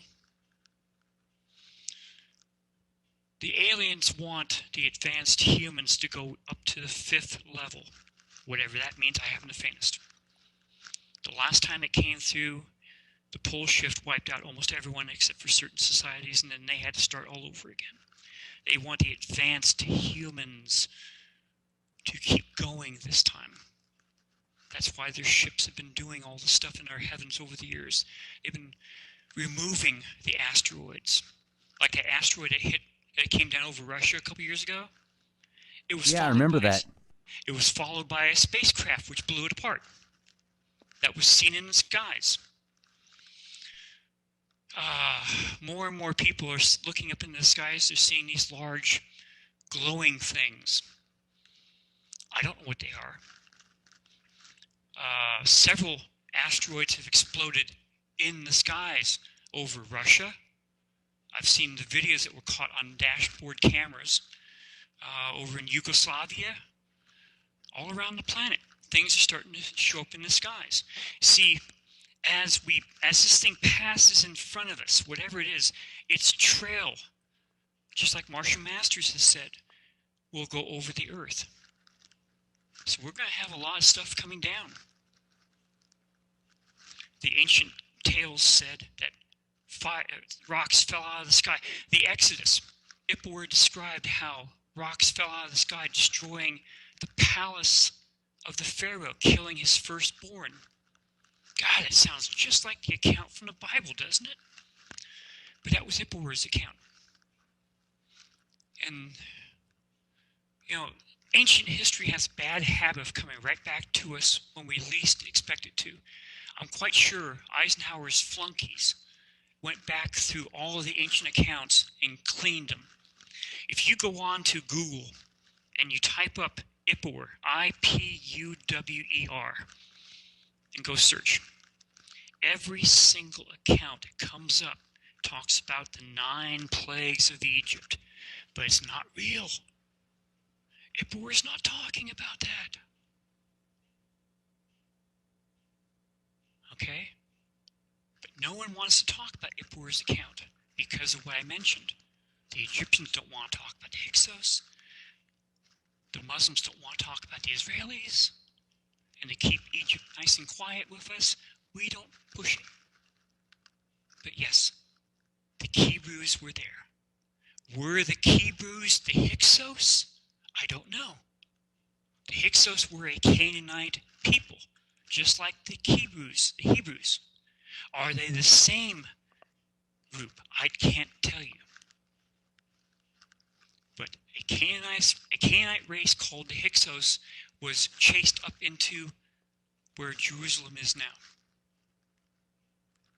And Nibiru said the Hebrews left. Hebrews is not Hebrews, but you see, I went through Catholic boarding school. We were always told that the Pharaoh, after the Exodus, demanded to know everything about the god of the slaves and why he was more powerful than all of Egypt's magic. And he ordered everything to be brought forward to him. And that's how we know now about the Sumerians. Sumerians were 6,000 years ago. We only know about them because of the Exodus. Well, because Pharaoh demanded all that stuff be brought forward. And that's where Ippur's account came. And all that account went in the labyrinth, which Solon said was immense. 2 floors underground, 1 above. Okay? And it held all of the ancient history. Immense history. I think we already found it. I think we know what's going to happen. We know what happened before. Do you think that 2016, is this the year of retribution? Are we going to see things this year that were supposed to come into fruition back in 2012? Yes. Everything is telling me we're going to see it somewhere around March or April, maybe May. You saw that photograph over Florence, Italy. That thing is very large. That is ginormous, yeah. And it's going to get bigger because we're orbiting towards it. It's going through our system clockwise. We are orbiting counterclockwise. That's why they built the deep underground military bases. Those things are 2,000 feet underground. They think they're going to survive. The elite, just like in the movie 2012, they don't give a bleep about the average person. And that makes me think of when you brought up Dr. Courtney Brown earlier, and I've had the opportunity to speak with him many times. When I interviewed him on the Atlantis remote viewing sessions, he talked about how a society just like we are now was tapping into the world, and basically they broke into a part of our planet that caused a global catastrophe. And even the people, the aristocrats, the super elitists that had all this money and power that built these underground bunkers, even they were not safe after the catastrophe that they created. So I know that we've been, okay. And well, let me explain this part. D.S. Allen and his friend J.B. Dallaire, in the 2 books that they both wrote, they went through ancient history all the way back as far as they could, at least to the flood of Noah, 12,000 something years ago. They described the heat and cold. See, as something came through the system, it slowed down the Earth's rotation. Now, where is all the ocean water around the planet? The equator. You slow down the rotation, the water settles back around the planet. Gets deeper and deeper, doesn't it? The air going around the planet is still moving at the same speed. There's the intense heat. At the end of the Hopi third world, they said the Earth's rotation was reversed. The Hopi prophecies say it will re-reverse again. As it was reversed, suddenly you have intense cold. In the account of Noah's Ark, or Ziasudra's account in the Kolbrin, he said they felt intense heat and intense cold. Mosai of China said they felt intense heat and intense cold.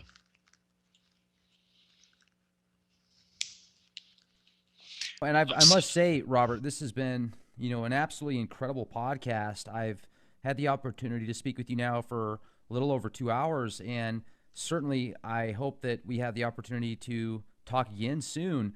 You know where to find me now. Yes. I know where to find you. Absolutely. Now, with all the information and knowledge that you have expressed with us here on the Leak Project, in finalizing tonight's show, what do you think is most important for people to take advantage of and prepare for in order to make it to the next level?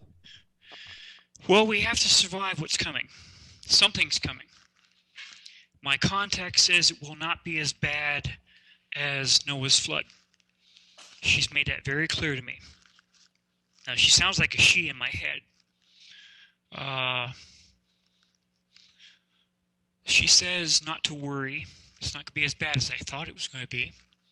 She's told me to prepare. She's told me to tell everyone else to prepare, to not sit on their hind ends and, hope nothing happens. That big photograph of that thing over Florence, Italy, clearly shows something's going to happen. Something's in our skies that's being hidden by the chemtrails, but the chemtrails are losing their ability. Because as we're orbiting towards it, it's growing larger and larger in our skies, and the chemtrails can't hide it anymore. So I'm telling all my friends to prepare. My first idea was to prepare as if you're going on a 6-month backpacking trip. Emergency essentials only. I know that sounds harsh, but if you're out in the open, no house, no sky, and no nothing, you have to be able to feed yourself. You have to be able to protect yourself, because whomever and whatever is also out there is going to be looking for food, and you're going to be right on their dinner list. Supposedly, the survivors will be picked up.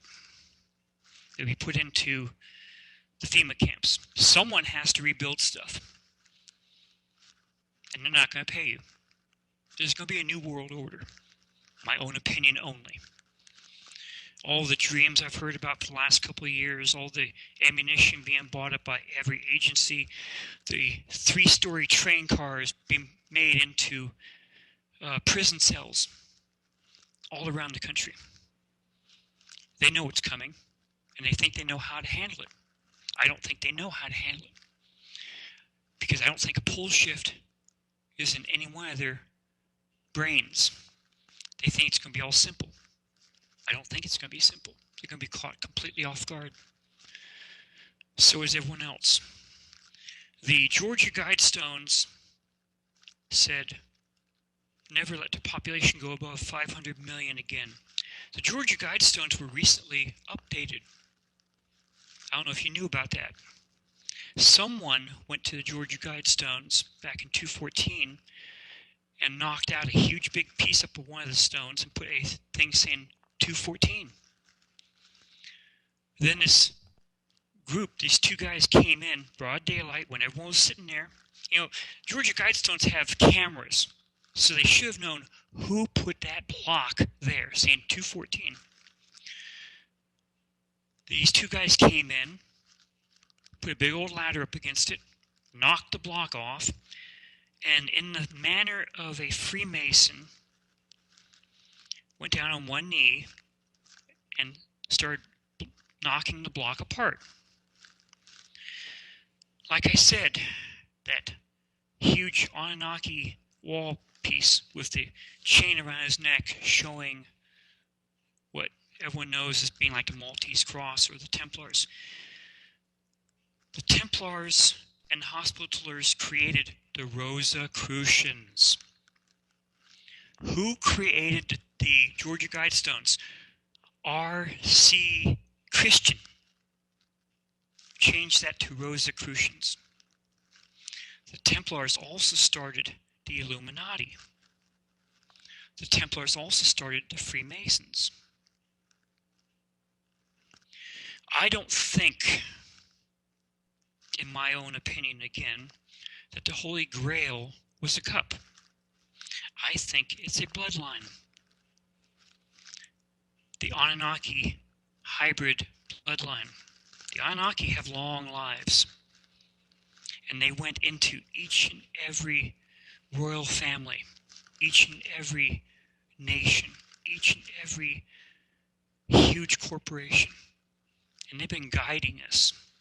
See, in the Lost Book of Enki, after they had nuked the supporters, Anu came down from Nibiru, and Enki and Enlil asked him about this one person that said he'd been sent by him telling them what to do twice. And Anu says he never sent that guy. He never even knew who he was. So this person, they thought, was from a higher order than them. And they stepped back. They created the priesthoods, priests and priestesses, and the Anunnaki stepped back into the distance, where they put different rules out by the priests and priestesses. But the Anunnaki kept fighting amongst themselves all around the planet. And it's a wonder why we're all against each other. No one country believes the other or trusts the other. All the religions are against each other. We're being kept in a complete disorder because of this. That's what Reagan said before the United Nations. What if they were to show themselves? Suddenly we would be humans versus them. So I don't know. I'd like to hope we're on a nice slide towards something better. I'd like to hope we'll have open first contact, which my contact says will happen. I'd like to hope that the aliens come down and save a lot more of the humans versus the depopulation defined by the Georgia Guidestones. I'd like to hope that we have a much better future, whether the religions are still in major contact or not. All I know is what I'm seeing. All I know is what, in my research, I've had to find from Emperor Yao to Zaya Sudra, Noah, to Ippawur, and all his stuff. See, I did all my research without even reading a single book by Zachariah Sitchin or by the Russian, Velikovsky, I can't remember his name right now. Worlds in Collision, I think he put down. Only after I did my own research, finding all this stuff, did I read the books, and boom, everything fell into place. That Canadian defense minister, he retired a couple of years back, and he went before a UFO group. He said that back in 1954, Eisenhower had the chance to do stuff the right way, but they didn't. He said that one of his friends had a contact that said that every time one of our jets got too close to their ships, the field around the ship destroyed the craft. It destroyed it at a molecular level. I sent a copy of that to a friend of mine who does that kind of stuff. He said, "Where'd you get this?" Because I did a complete type out of everything the guy said, how the ships responded. And he said, that's exactly what they were finding every time one of their aircraft goes after a UFO. They get too close, and this is what happens. But it's our fault because we pushed it. And that's why you see these images sometimes where here's a UFO and here's the helicopters or fighters staying so far back behind it. So we know about this stuff. We've known it. The Russians know about it. You ever see that movie Firefox years ago? Well, I know the TV series, absolutely. I didn't watch the movie. Well, the movie had major actor, I can't think of his name right now. He put on a thing on his head, and with his thoughts, he could make the plane fly. That was one of the things we found out with the alien craft. They all had a golden circle that went on their heads. It wasn't their main brain. It was the primal brain underneath our brains that was maneuvering the ships. The Russians also knew that. They've been doing the same thing over there just as we have been. Now, are we working together or are we working against each other? Have we built all these nuclear weapons because we were going to destroy each other, or were we warning the aliens not to invade? All this stuff has been floating around for years. Why are the aliens constantly turning off our nuclear missiles? Not only here in the United States, but over in Russia too. Probably in China also. And in England. And in England. They don't want us to use nuclear weapons because of what they almost did to us as described in the Lost Book of Enki. Enlil's grandson and Enki's grandson used 7 nuclear weapons against Marduk's supporters, and it all backfired. It destroyed all of Samaria, making the ground completely lifeless. And that place over in India, I can't remember the name right now, where they found all the city streets, the glass, where the bricks were molten and the people were laying dead in the streets. That was from a nuclear weapon. Probably one of the ones mentioned in the Lost Book of Enki. Because he doesn't mention exactly which cities they destroyed or where they destroyed it, just that it backfired. It went against, and all the Anunnaki who stayed on the ground died or had to leave the Sumerian area. The Russians say that it's like 50 times the radiation over there in that Indian city. Everyone else says, it's all not real, not true. All this stuff has been integrated in almost all of our religions. The Holy Bible says the Exodus was only at this one time. Ippur's account I've been able to nail down to 1627 because he said ash fell over Egypt.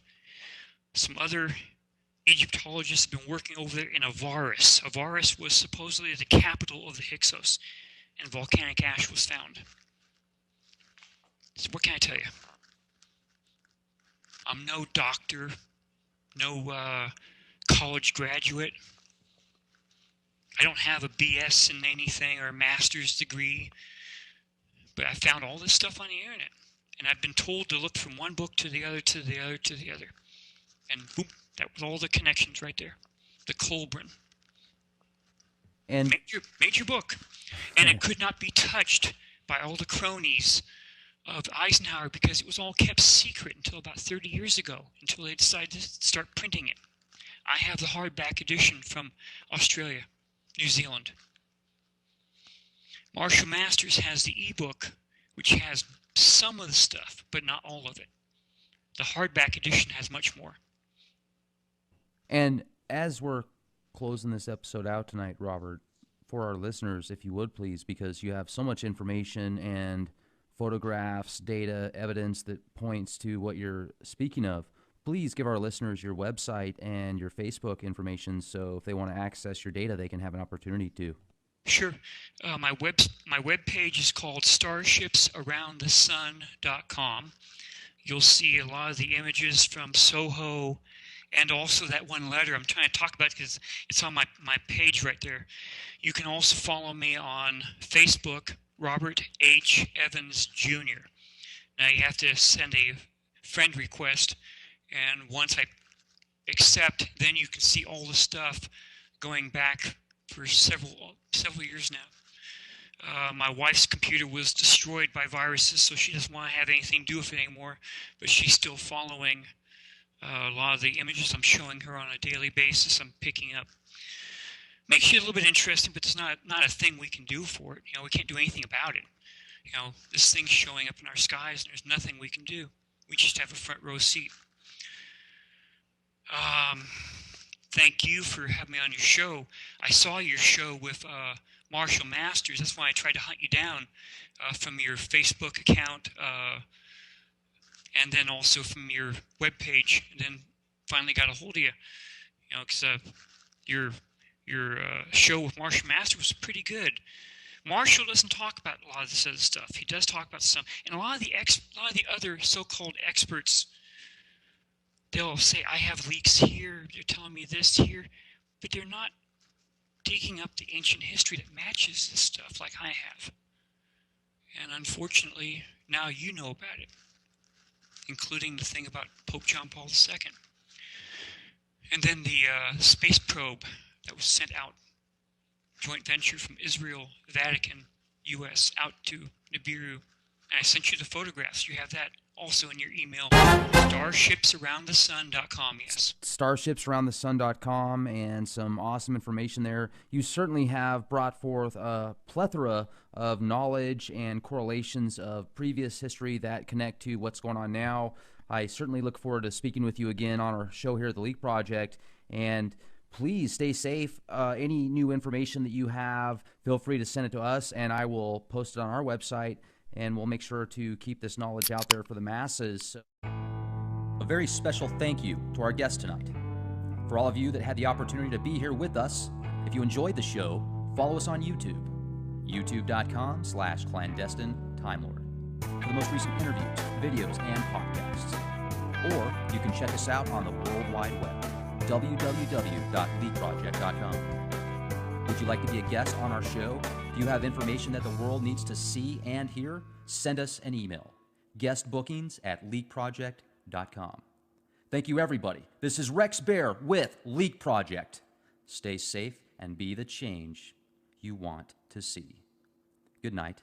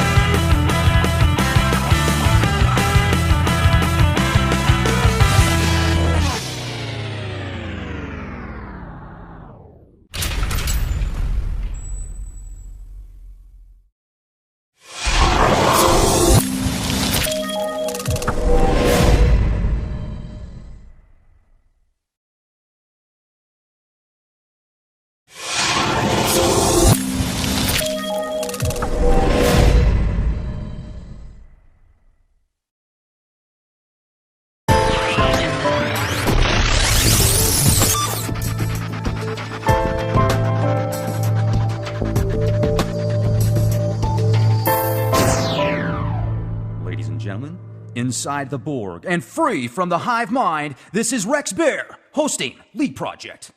The Leak Project was created to offer awareness and information not found in the mainstream news. With over 90% of the world's media controlled by only 6 enormous conglomerates, many people today are looking for more accurate information. The Leak Project offers a refreshing approach to the brain drain media. Check back daily for new content as we thrive to bring you the cutting edge in news, current events, on-scene video footage, interviews, and most importantly, the truth. Ladies and gentlemen, we have Robert Evans. This guy is a specialist in Nibiru, the winged destroyer, aka Planet X. You can go all the way back to the Sumerian texts where this incredible phenomenon was discussed thousands of years ago. Tonight, during the discussion, we're going to present probably 3 or 4 dozen, maybe even more photographs, people from around the world that have taken pictures of what clearly looks like a second sun or a giant planet next to the sun.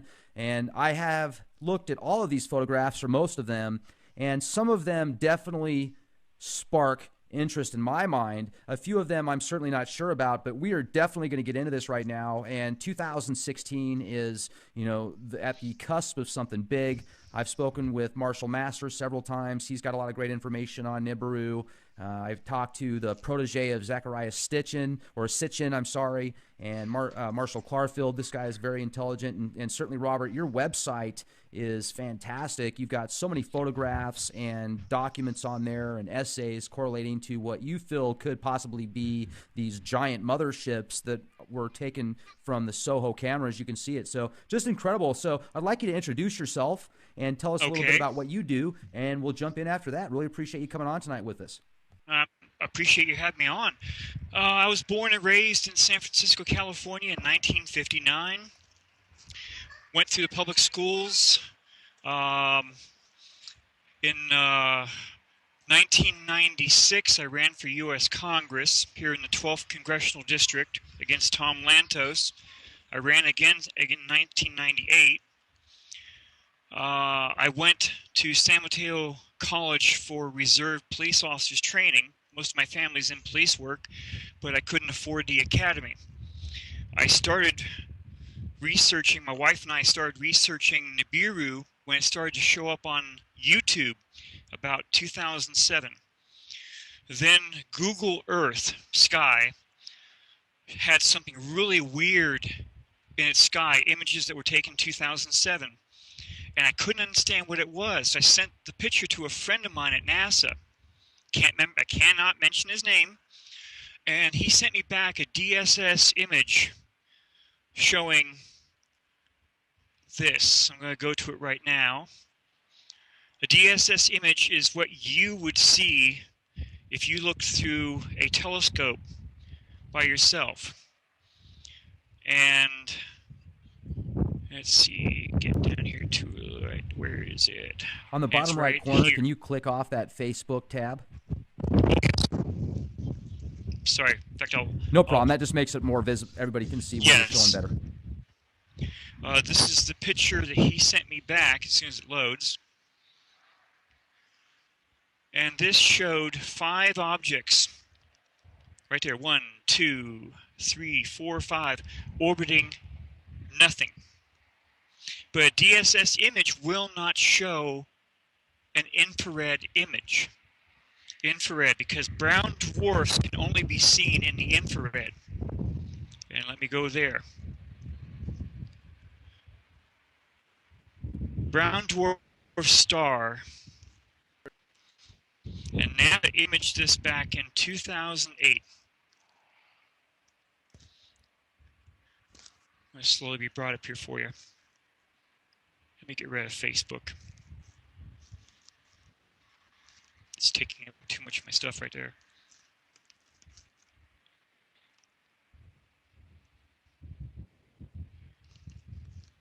You know, while you're pulling this up, too, I just want to bring up, I watched something from a Russian newscast that came out recently. They've been following it very well. Yeah, that's very interesting. Here's our brown dwarf star.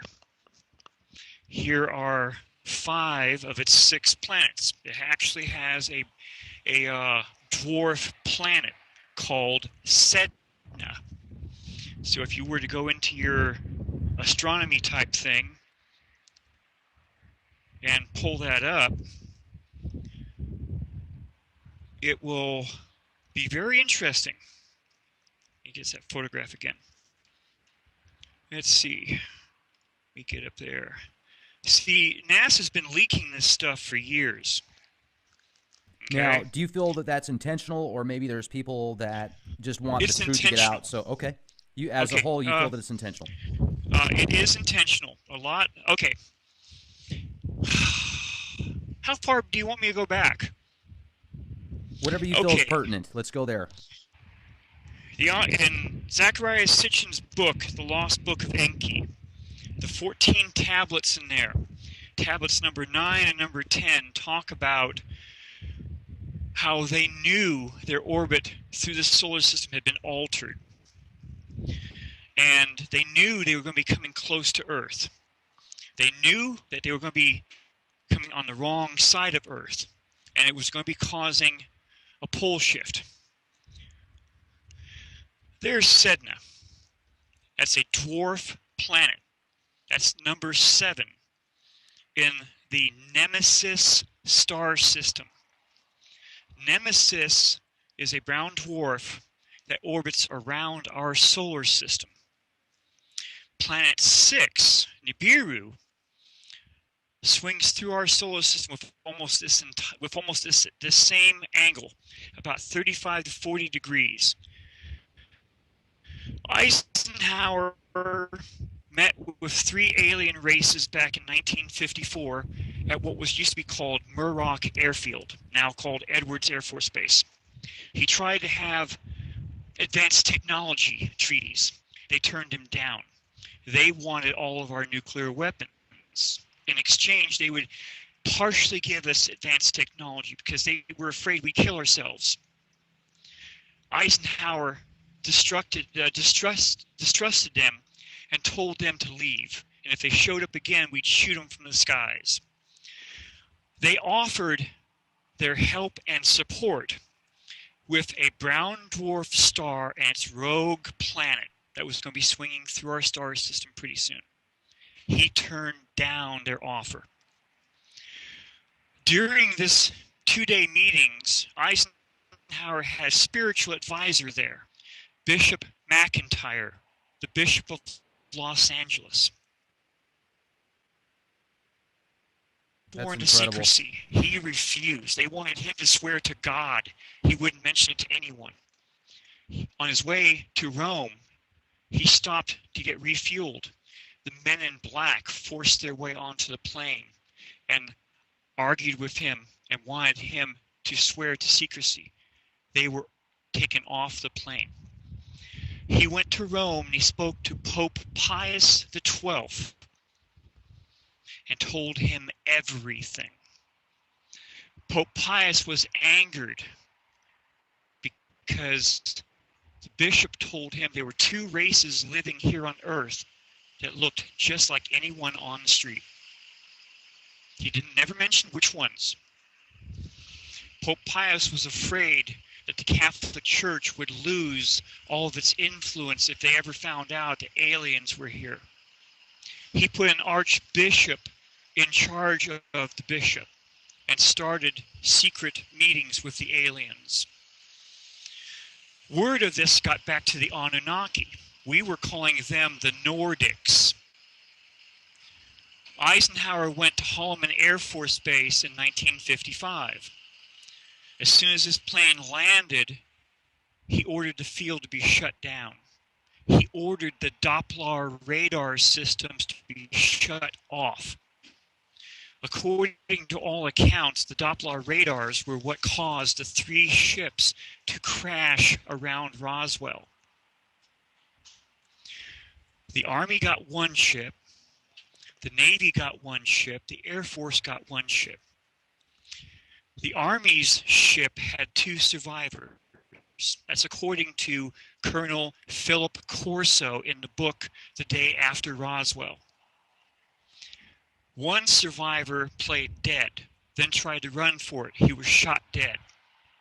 The other survivor survived and was eventually allowed to use the communication system in their undamaged ship and allowed him to phone home.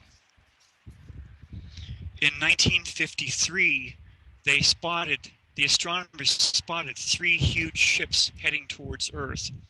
And that's how they had the meeting in 1954. When Eisenhower's ship, Air Force One, had stopped, everything was shut down, telephones, everything. 2 ships appeared. They're about 50 feet in diameter. 1 stayed hovering, 1 landed right in front of Air Force One. Eisenhower was seen leaving Air Force One and entering the ship. He was in there for about 45 minutes. Now, from what I've heard from other sources, Eisenhower tried to have the same type of technological meeting with the Anunnaki. They turned him down because they had almost destroyed us thousands of years before with nuclear weapons. And they thought that we would destroy ourselves and would possibly destroy their bases on their moon.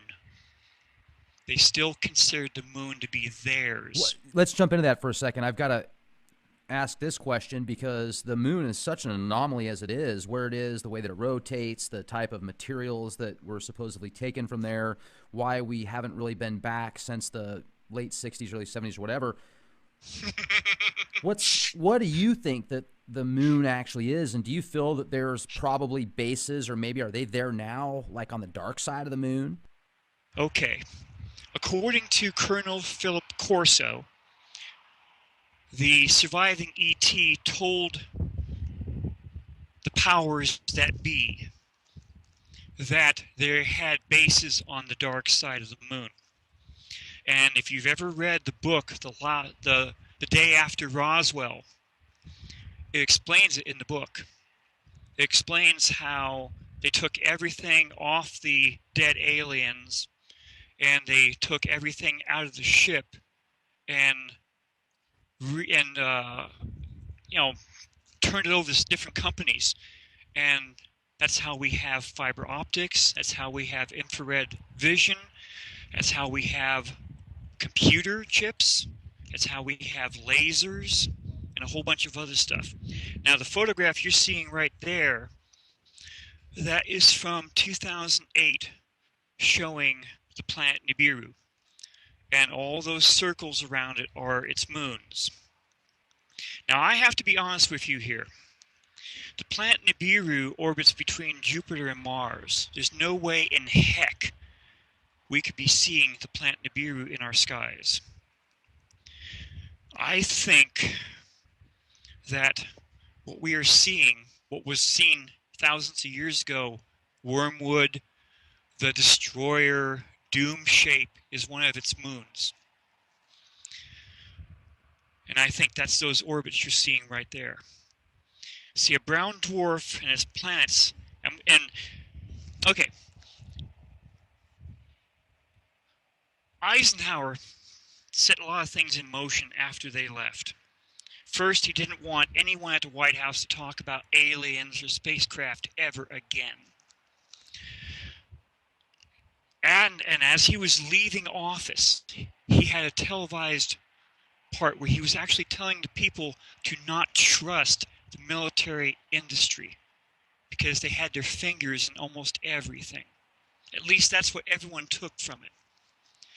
I'm quite sure, I don't know this for certain, that Eisenhower spoke with incoming President Kennedy, because there have been rumors for years that Kennedy, once he was president, went to several military bases unannounced and would only talk to the enlisted personnel and not the officers.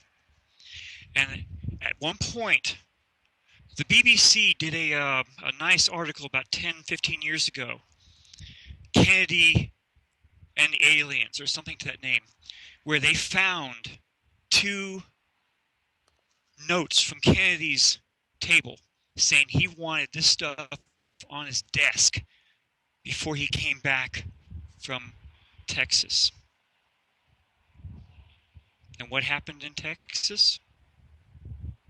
Well, you know, I've heard that. I've heard that possibly he was assassinated because he wanted to expose the, alien agenda. But then I've also heard he was assassinated because he wanted to bring the, U.S. dollar away from the Federal Reserve, or basically get rid of the Federal Reserve. So there's so much out there that, is just opposite of what the other theory is. And it's very interesting. So, and let's talk about that for a minute. I understand that.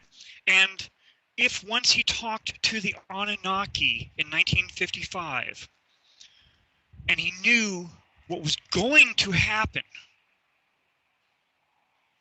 why would he let anyone know? Just like in the movie 2012.